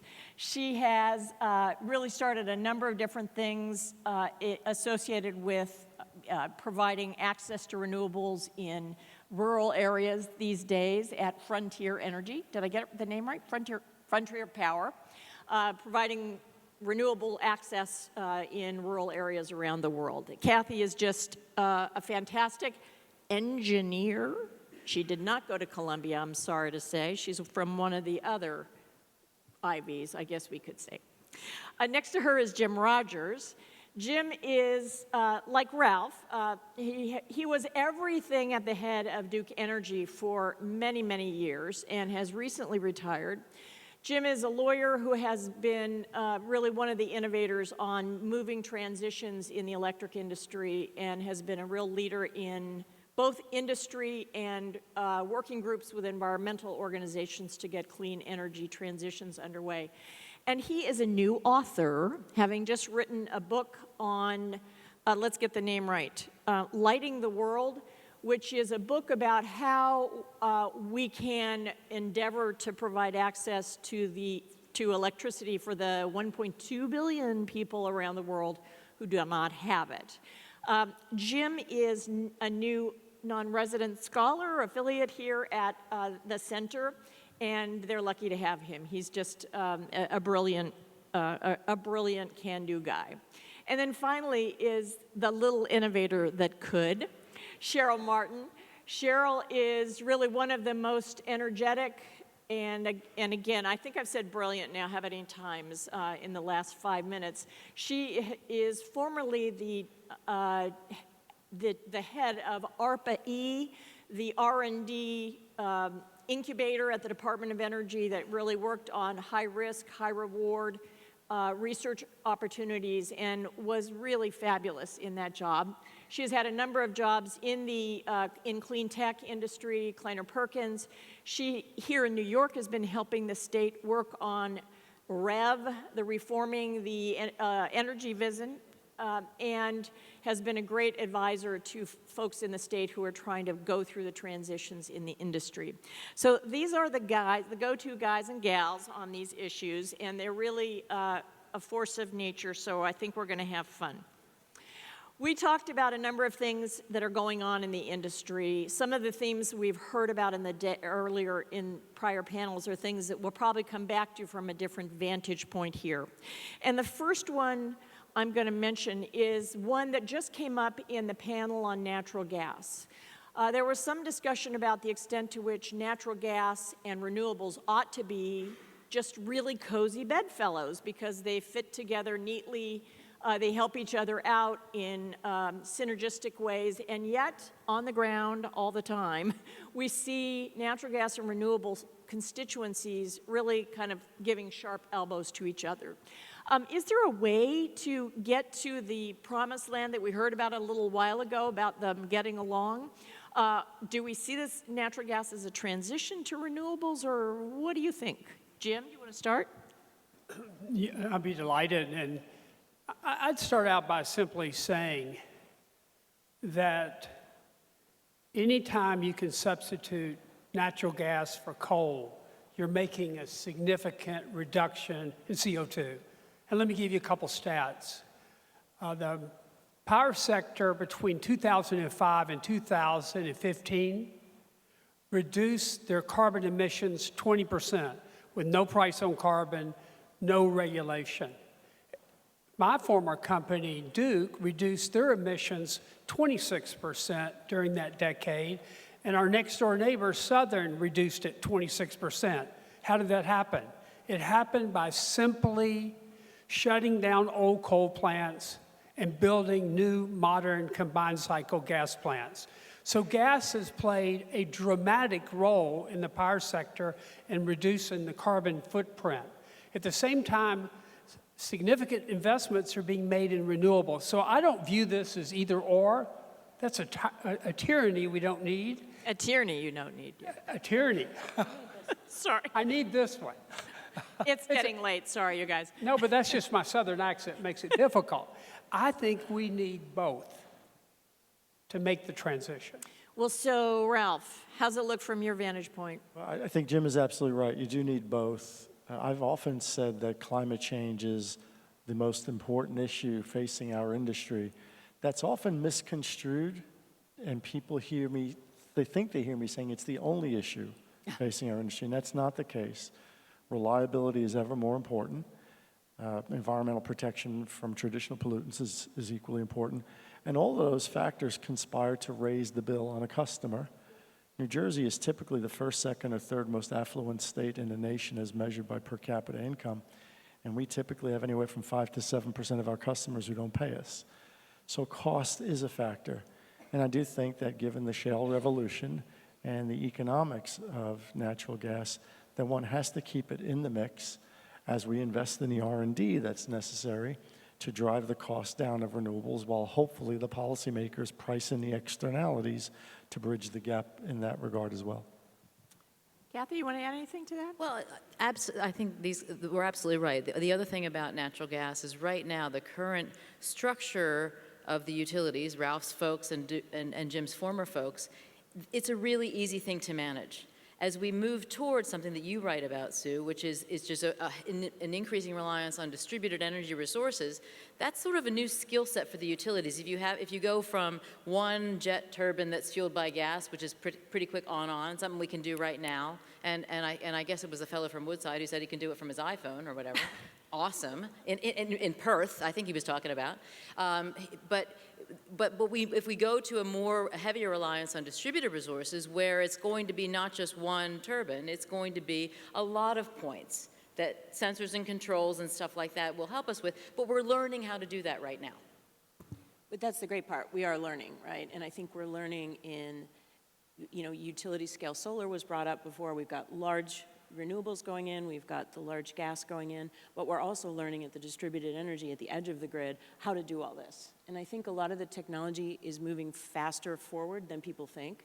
Our ability to have cheaper sensors, faster response, it's not call up everybody and have them shut off their air conditioner now, right? We're having, examples of, utility scale wind farms actually being fully balanced and dispatchable, right? Newfoundland Power did that with a computer, system running with a bunch of resources, about 35 industrial resources to firm that up. And the fact that that's happening today, I think the big thing now is to translate the examples, these proof points, into something that other people can decide, is it an investment? Are we going to start to lower the perceived and the actual risk in these things? Sue, there is a game changer out there. There are two companies that are developing a technology to burn natural gas with zero emissions of carbon. If they are able to deliver on that, all of a sudden it competes with nuclear. It competes in a significant way with renewables because of its capability to run 24/7. You guys have all talked about these wonderful gadgets and marvelous technologies that are beginning to enter the market on the customer side of the meter or on the distribution system side. And one of the things that I'm observing in countless locations around the country right now is a lot of tension between those who are advocating for a rapid deployment of distributed energy resources. And in a number of places, we're beginning to see real inroads, maybe Southern California, certainly Hawaii, and virtually every part of the country is beginning to see nibbles. And those who are advocates for such change are really advocating for customer-driven democratization of the electric system and never want to see a new transmission line, never want to see a new pipeline built, including those that might be needed for the Clean Power Plan transitions of the fleets. And yet, we hear about tremendous resources. We've heard about natural gas. You hear about wind on the plains, and very high quality wind, but it's big power. So do you want to talk about the tensions between those? Yes, so I am very troubled by this issue. I do believe that on the customer side of the meter, distributed resources are essential and a slam dunk winner when it comes to energy efficiency. Unlike that light bulb that's burning right there. However, when the conversation trips into customer side supply alternatives, I am much more skeptical. I think that the demand we're seeing is the byproduct of highly regressive subsidies and poorly designed public policies. When production tax credits create negative marginal prices in the name of carbon-free energy and result in economic pressures, possibly shutting down nuclear plants that are going to be replaced by natural gas, I think you need to rethink your policy. When the average homeowner in New Jersey with net metered solar on their rooftop is earning $120,000 and the economics are compelling to them because they are subsidized by SRECs, paid for by the average New Jerseyan making $70,000, or the ITC paid for by the average American making $50,000. You have to rethink the design of the subsidy, not the fact that there's a need for subsidy. Heaven knows our entire industry is subsidized from nuclear to coal to everything. So I do think that the notion of economies of scale and economies of network, the fact that all of us are very bad load factor customers and are mutually dependent upon each other to maximize this basically capital-intensive asset base, is something that will continue to favor large-scale deployments, whether that's solar or nuclear or gas, in terms of network and scale economies. However, the distributed resources from the point of view of energy efficiency, we're all in. Before I give others a chance to comment on the same point, Ralph, what's the best way that you've seen of dealing with the following problem? You know, we often condition markets like distributed energy resources or energy efficiency by subsidies or some other kind of program design, and then it's very hard to take away once the market actually starts. What's the best way to get I know there? this is very parochial, but the most efficient mechanism for delivering a public subsidy is the regulated utility. You could segment the market as you see fit. You can regulate the return, as opposed to creating these artificial markets and renewable energy credits, which have no intrinsic value other than the fact that somebody has designated a magic number that needs to be hit, and then, quote, letting the market work. What does that mean? High credit, good credit customers get to deploy these technologies on the backs of the poorer credits, those who can't afford it. Let me just add, though, that I think there's also good policy design. And again, there's lots of examples of when you want to juice the market at the get-go, just to create something at the beginning, but then it's a declining support structure or subsidy or target or whatever it is, but it declines over time. I mean, this is what the California Public Utility Commission did with a rooftop solar program maybe 5 or 10 years ago. It's what they're doing with storage, where there's a set aside for the first X megawatts, but then it goes away. And frankly, people have argued that that's what the production tax credit on wind should have been from the get-go, right? So I think that this good policy design comes into it as well. You know, I agree. There are a group of people in this country that would like to be their own supplier for electricity, and this democratization is occurring, but I would question how many.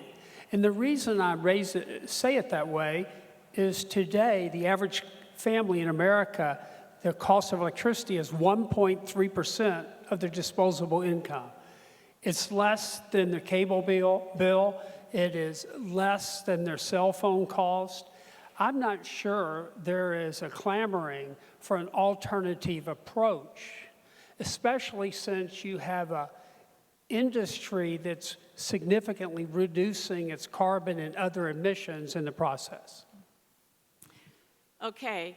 Well, I want to tell you just a little private story. So my husband and I did just move to Colorado. My husband, unlike me, couldn't care less about energy. He's kind of a typical American until we moved to a house with solar panels on it. He's fascinated. He's fascinated by watching what's happening with the curve and other things. So there are ways to get there. I'm going to tell a story about, so she sent us a presentation that she'd recently given before this meeting. The last page of the presentation was her hourly load profile of the solar on her house. Yeah. It was very cute. I think I understand how he's fascinated. Yes, exactly. We all love it. Okay, so let me ask you something that came up earlier today. another paradox.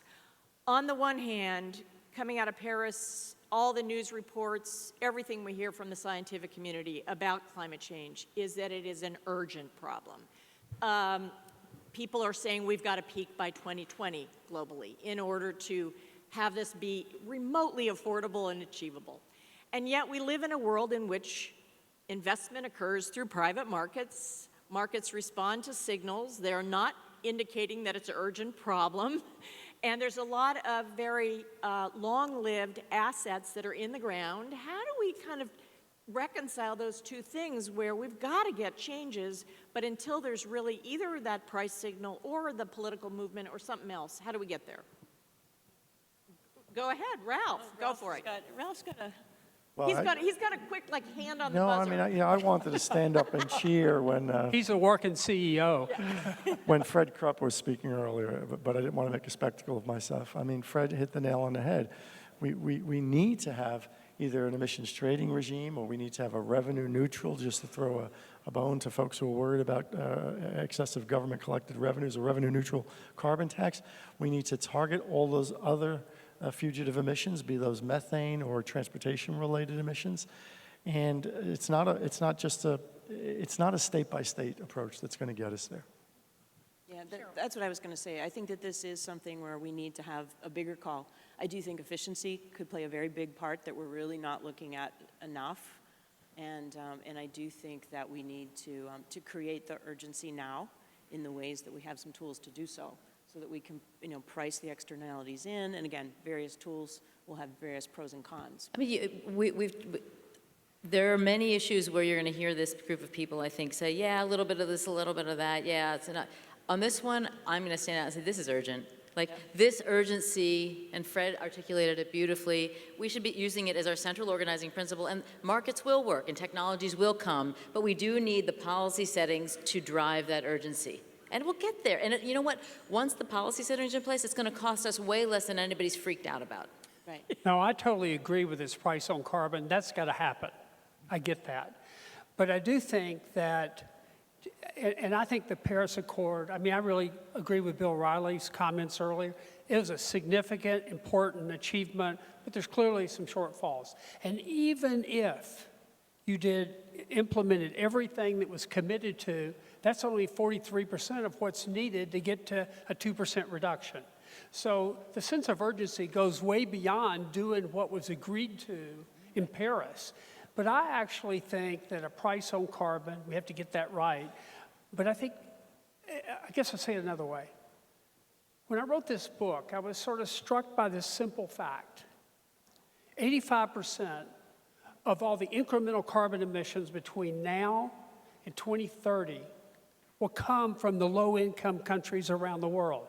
The U.S. is flattened out this year. The power sector is going down. You're going to see transport going down. I think Europe will be flattening off a little bit, but not going down as fast as they project. I mean, Germany's Exhibit A of not achieving their objectives. And so I think the reality is the real place the focus needs to be is on where the increase is coming from, and that's in these low-income countries, India, China, Indonesia, Sub-Saharan Africa. That's where the action is. So I'm going to ask you to go to Kathy on this one because you've been spending a lot of time on this in your new job. Yes. Yes, so I've been to India about once every 6 weeks over the last 10 months, and to East and West Africa as well. Here's the really, really cool thing, is that now with all of the progress in the technology, and with the big data that Carlos referred to, and with the development banks having an appetite to solve this problem that Jim just articulated, you can now make renewable energy solutions profitable, economic. They're a value proposition for low-income, impoverished people in villages today. Now, we need to organize ourselves to do that because there's still, the alternate side of the coin is, there is still the rebuttable presumption that you've got to build big coal plants and build long line transmission systems across all of India because that's quote unquote real power. So one of the things that I am working as we build these mini grids in rural in Bihar and Uttar Pradesh and in rural Tanzania, one of the things that I am fighting with is the idea that, well, that's all fine and good, that solar stuff, but I actually want real power. Right? I mean, so, but it will come. And the thing is, and the reason that I'm doing this as a business is that there's not enough philanthropic dollar in the world to get the job done as quickly as we needed to do. If we can figure out how to, and I think that we figured it out, and so have a number of other companies that are young companies like mine, how to make a little bit of money on this, then we can attract capital. And so that's what the equation is. Cheryl and then Ralph. And then Jim. Okay. We all have an opinion on this. But I think Kathy's exactly right, is recreating the paradigm of what it means to have an electrical system that works for all of the folks who don't have power today. But there are definitely big structural issues even in the developing countries, right? I mean, if you look at sub-Saharan Africa, they're struggling with the installed base they have. They know it's highly inefficient. They can't draw the capital that they need. Really struggling there. They've got cross-country transmission issues, just the dollar denomination is killing them, right? There's very big structural finance and infrastructure issues that they are trying to get and coalesce some conversations around answers that I think we have models that we have to get to them while at the same time we're going after projects and, in companies like Kathy's to draw capital in. I would say it a different way. I mean, in the rural poor with no access is 1.2 billion people. Yeah.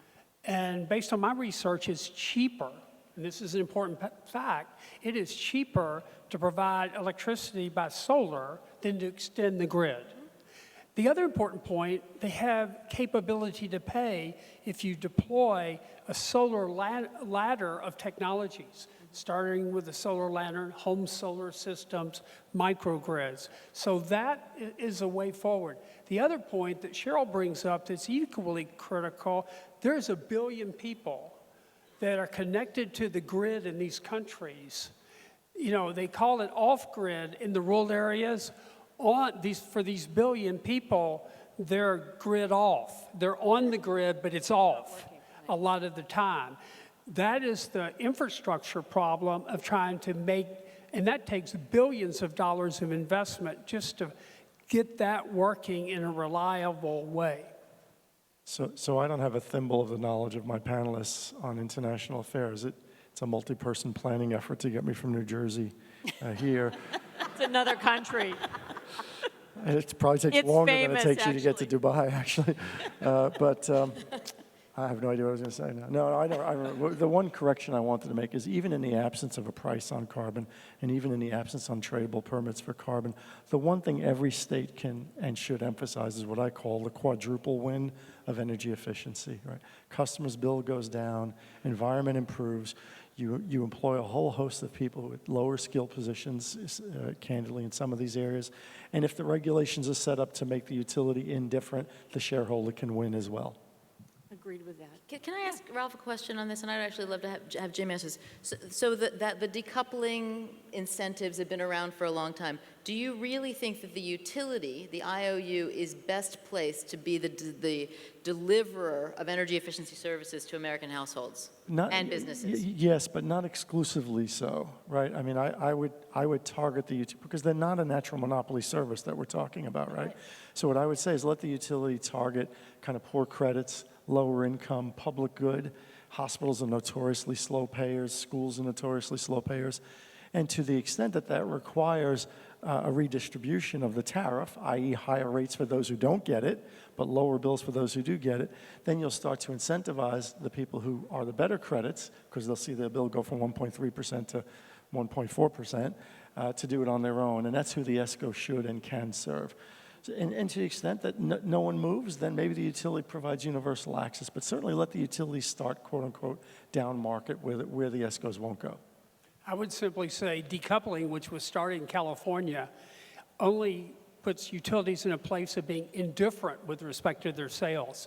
Can you name for me, anybody, one thing that's ever happened of importance based on indifference? And so I believe if the incentives are set right, utilities can deploy this faster. And in any system that you have, my experience has been, anytime a utility starts to do energy efficiency, the industrial customers immediately say, I'm good with you doing that, but don't allocate any of the cost to me. So there's always that debate about who gets the cost.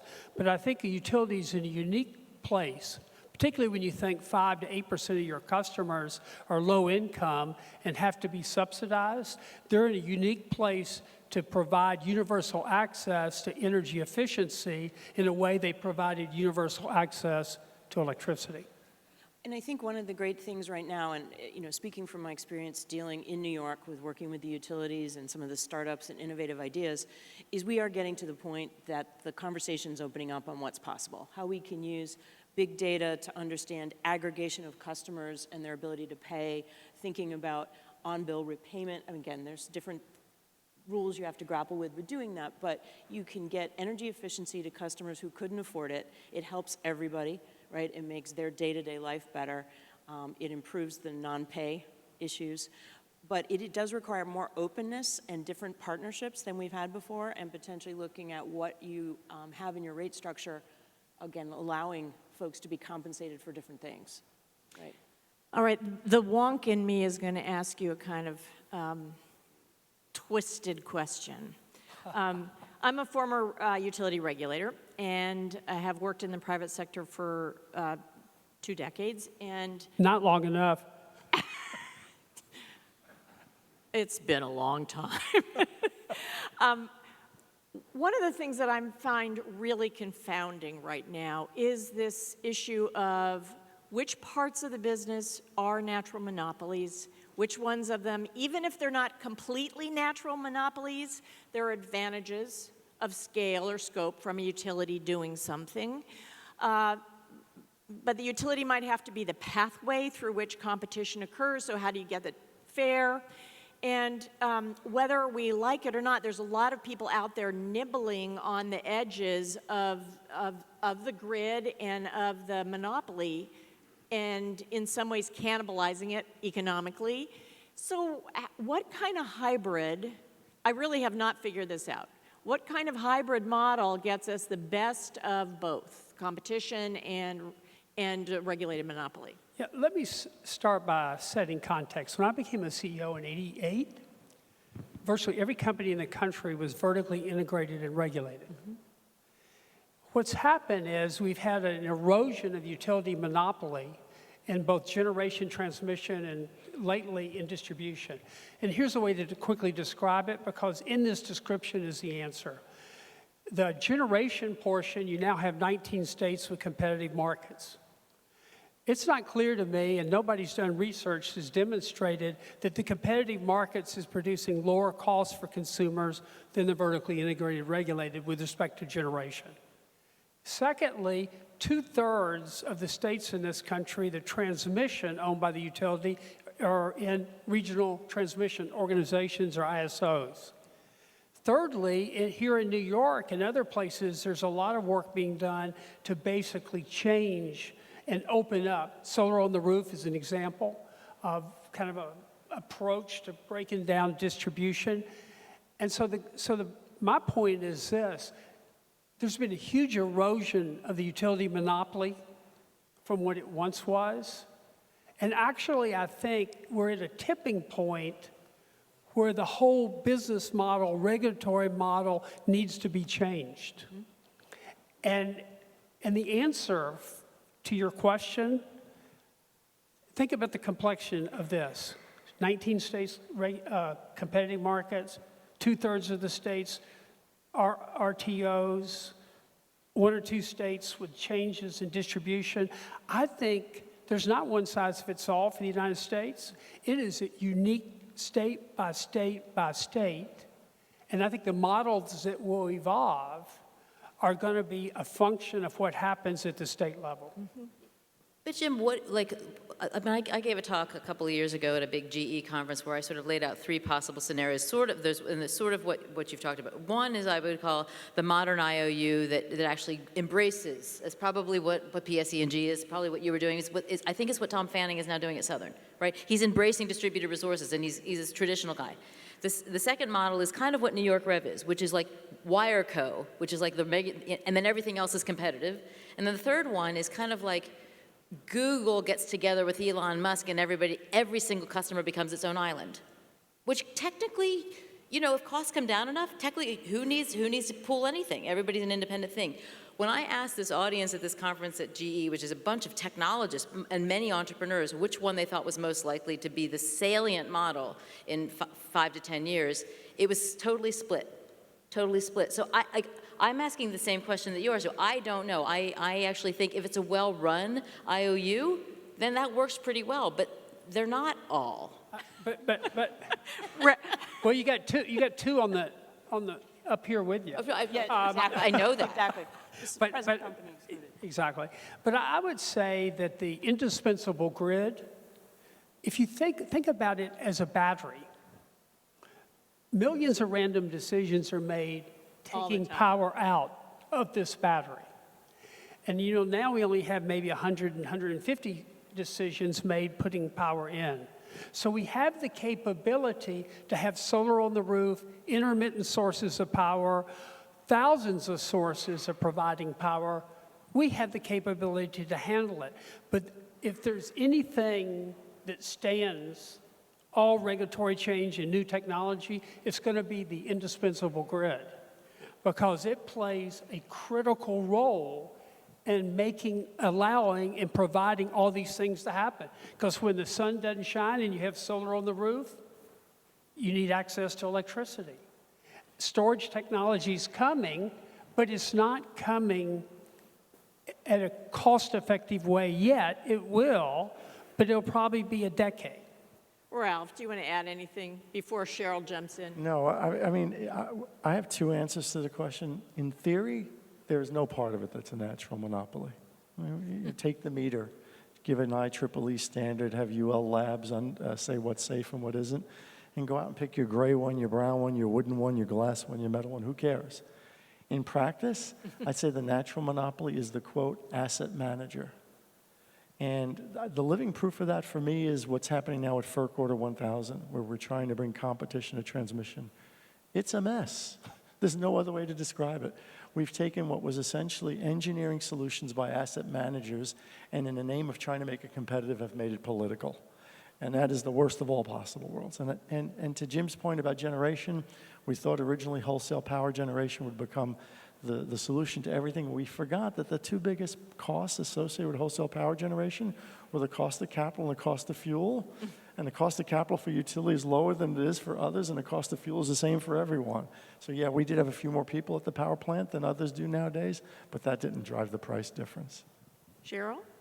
I think we need to, you know, what time frame we're looking at, because I actually do think that eventually technology will change everything about what we really believe is possible, and our ability to actually, what we view as the constraint or the risk of the number of controls and ins and outs that we can manage. Well, what does that mean, right? And at what point are the ability of the control systems and the power flow and all these things able to actually handle this, right? Things we thought we couldn't do in control rooms 25, 30 years ago, right? We don't give any thought to today about how they're controlled. So I do think this is an evolution. I think how and why the technology costs come down will affect how much we think is possible. Well, I just want to take that thought just a little further. If we can control all these random decisions, inputs and outputs from the grid, the way I actually think about it is managing with the Internet of Things, where every device has an internet address. I actually think there'll be a role for somebody, and I think the utility is unique, controlling this grid, to be able to start controlling every device in every home and every business and writing software to really optimize the use of it. Well, that's actually where I was going to go, and it's to all of you, because you have different lenses on the industry. It strikes me that we have so much we have to learn about the interaction between technologies in so many different dimensions. I mean, they come in different size, shapes, different attributes about how long they can control battery and injecting juice and saving it and being able to dispatch it in.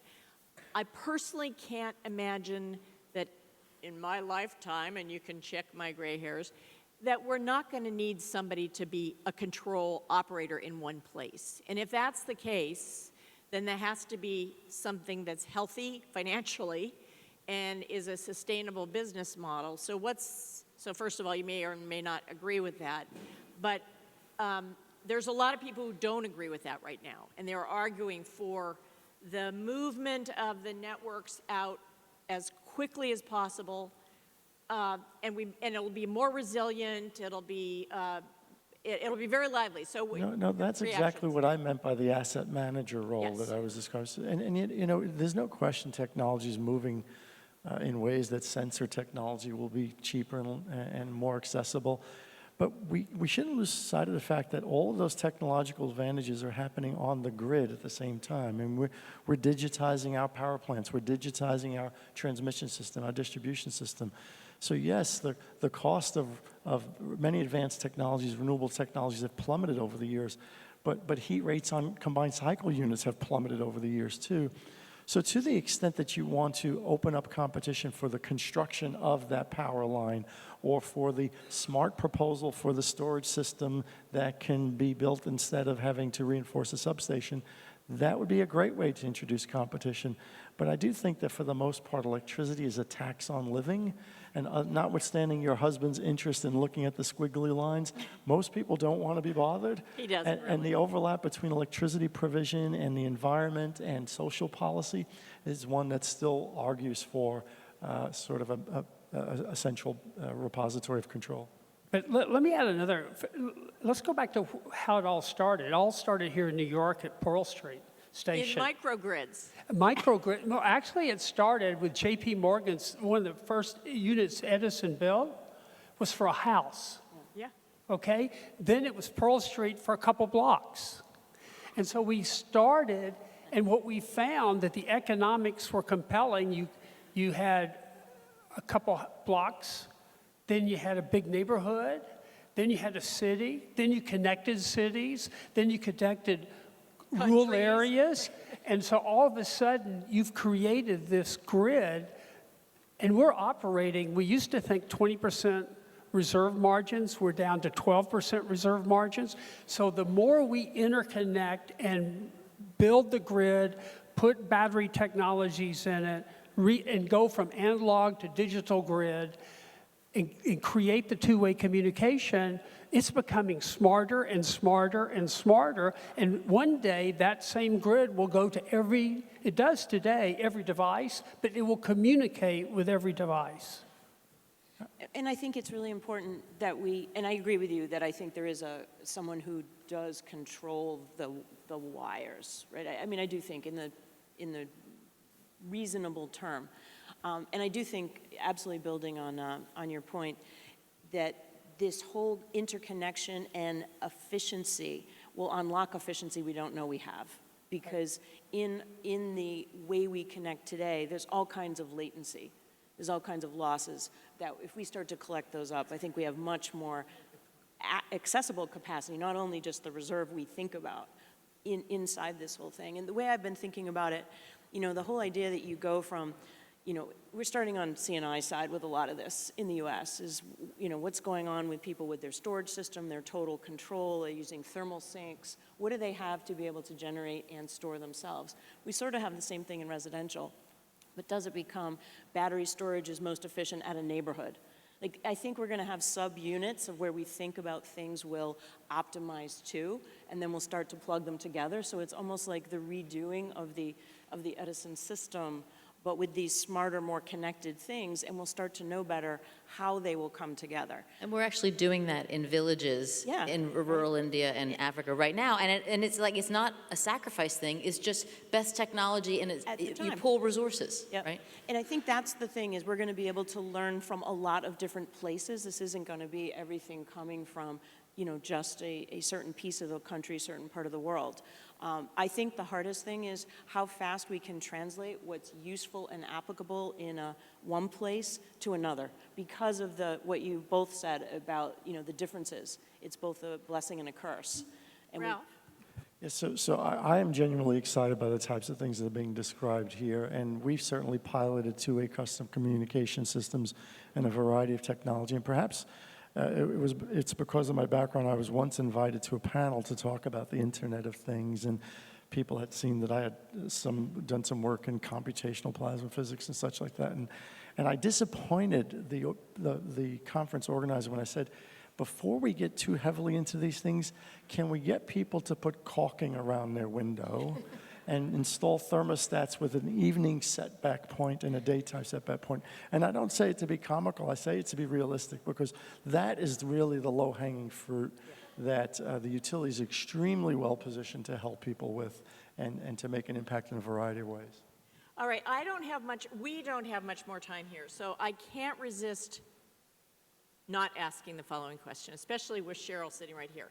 And it has to do with what would your top list of things that are on the research and development end of this electric industry that you really think we need to do, whether it is privately funded research or government funded research? There isn't enough government money that can be invested in material sciences, absolutely material sciences. Whether it's photovoltaic conversion or turbine blade strength or superconducting materials, those two words, material sciences, is where government money should be going. And does that end up being commercially viable so that it does not need to be incented through government policy or not? No, the research has to be government money. Once the development starts seeing some visibility to commercial application, then I think you back away. Kathy? Yeah, I would say the focus on, I mean, we're already storage. So I think we're probably 5 to 7 years behind the progress in PV in storage. And if we crack storage, then all of the hoo-ha about the natural gas CO2 emissions later, blah, blah, blah, goes away.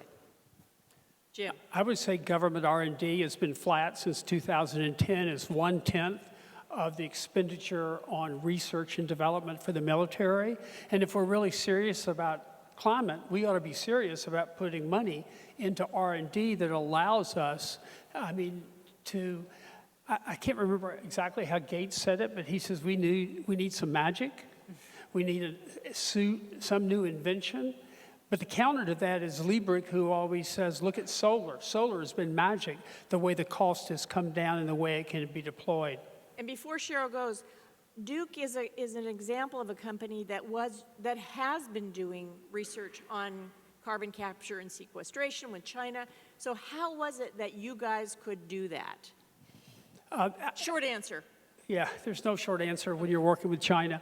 But my only point is, what we've found is that carbon capture and sequestration is too expensive, can't be done in the United States. The Chinese might be able to do it because it's a government funding. And so I've come to believe that it's not an alternative today for coal. And as I mentioned, there might be new technologies that burn gas with no carbon. All right, Ms. former RPE. So I'm a big fan of the RPE model, a big fan. Which, just give everybody a little kernel of a notion. Is that you set up, if it works, will it matter? And so the whole idea of taking really big technology bets with several companies and project teams at the same time, not picking which one up front's gonna be the one, and surrounding it with the right type of people and companies, so as the discontinuous path of innovation takes place, somebody's there to see the thing that needs to move forward. And that's the magic, is that it's in all of these interactions between academia and the national labs and industry that we are absolutely well set up to take place. So I actually, a little bit contrarian, even to Mr. Gates, I really think that what we need is more middle of the pipeline focus and more thinking about how do we get the ideas that are there into the hands of the people who really know, because you haven't reduced all the technical risk. And so the market is not going to pick them up. I mean, you are not going to take a thing that popped out of the lab yesterday afternoon and put it on the grid. It's just not in our wildest imaginations is that wise. But we have the ability to do this, and I've seen the magic happen. about how quickly we can accelerate things to those folks who want to take them forward. And that's how we're going to win this, and how we will make it something where we'll be really surprised 10 years from now. But we've got to put this money in the right place. Will you guys join me in thanking this marvelous panel?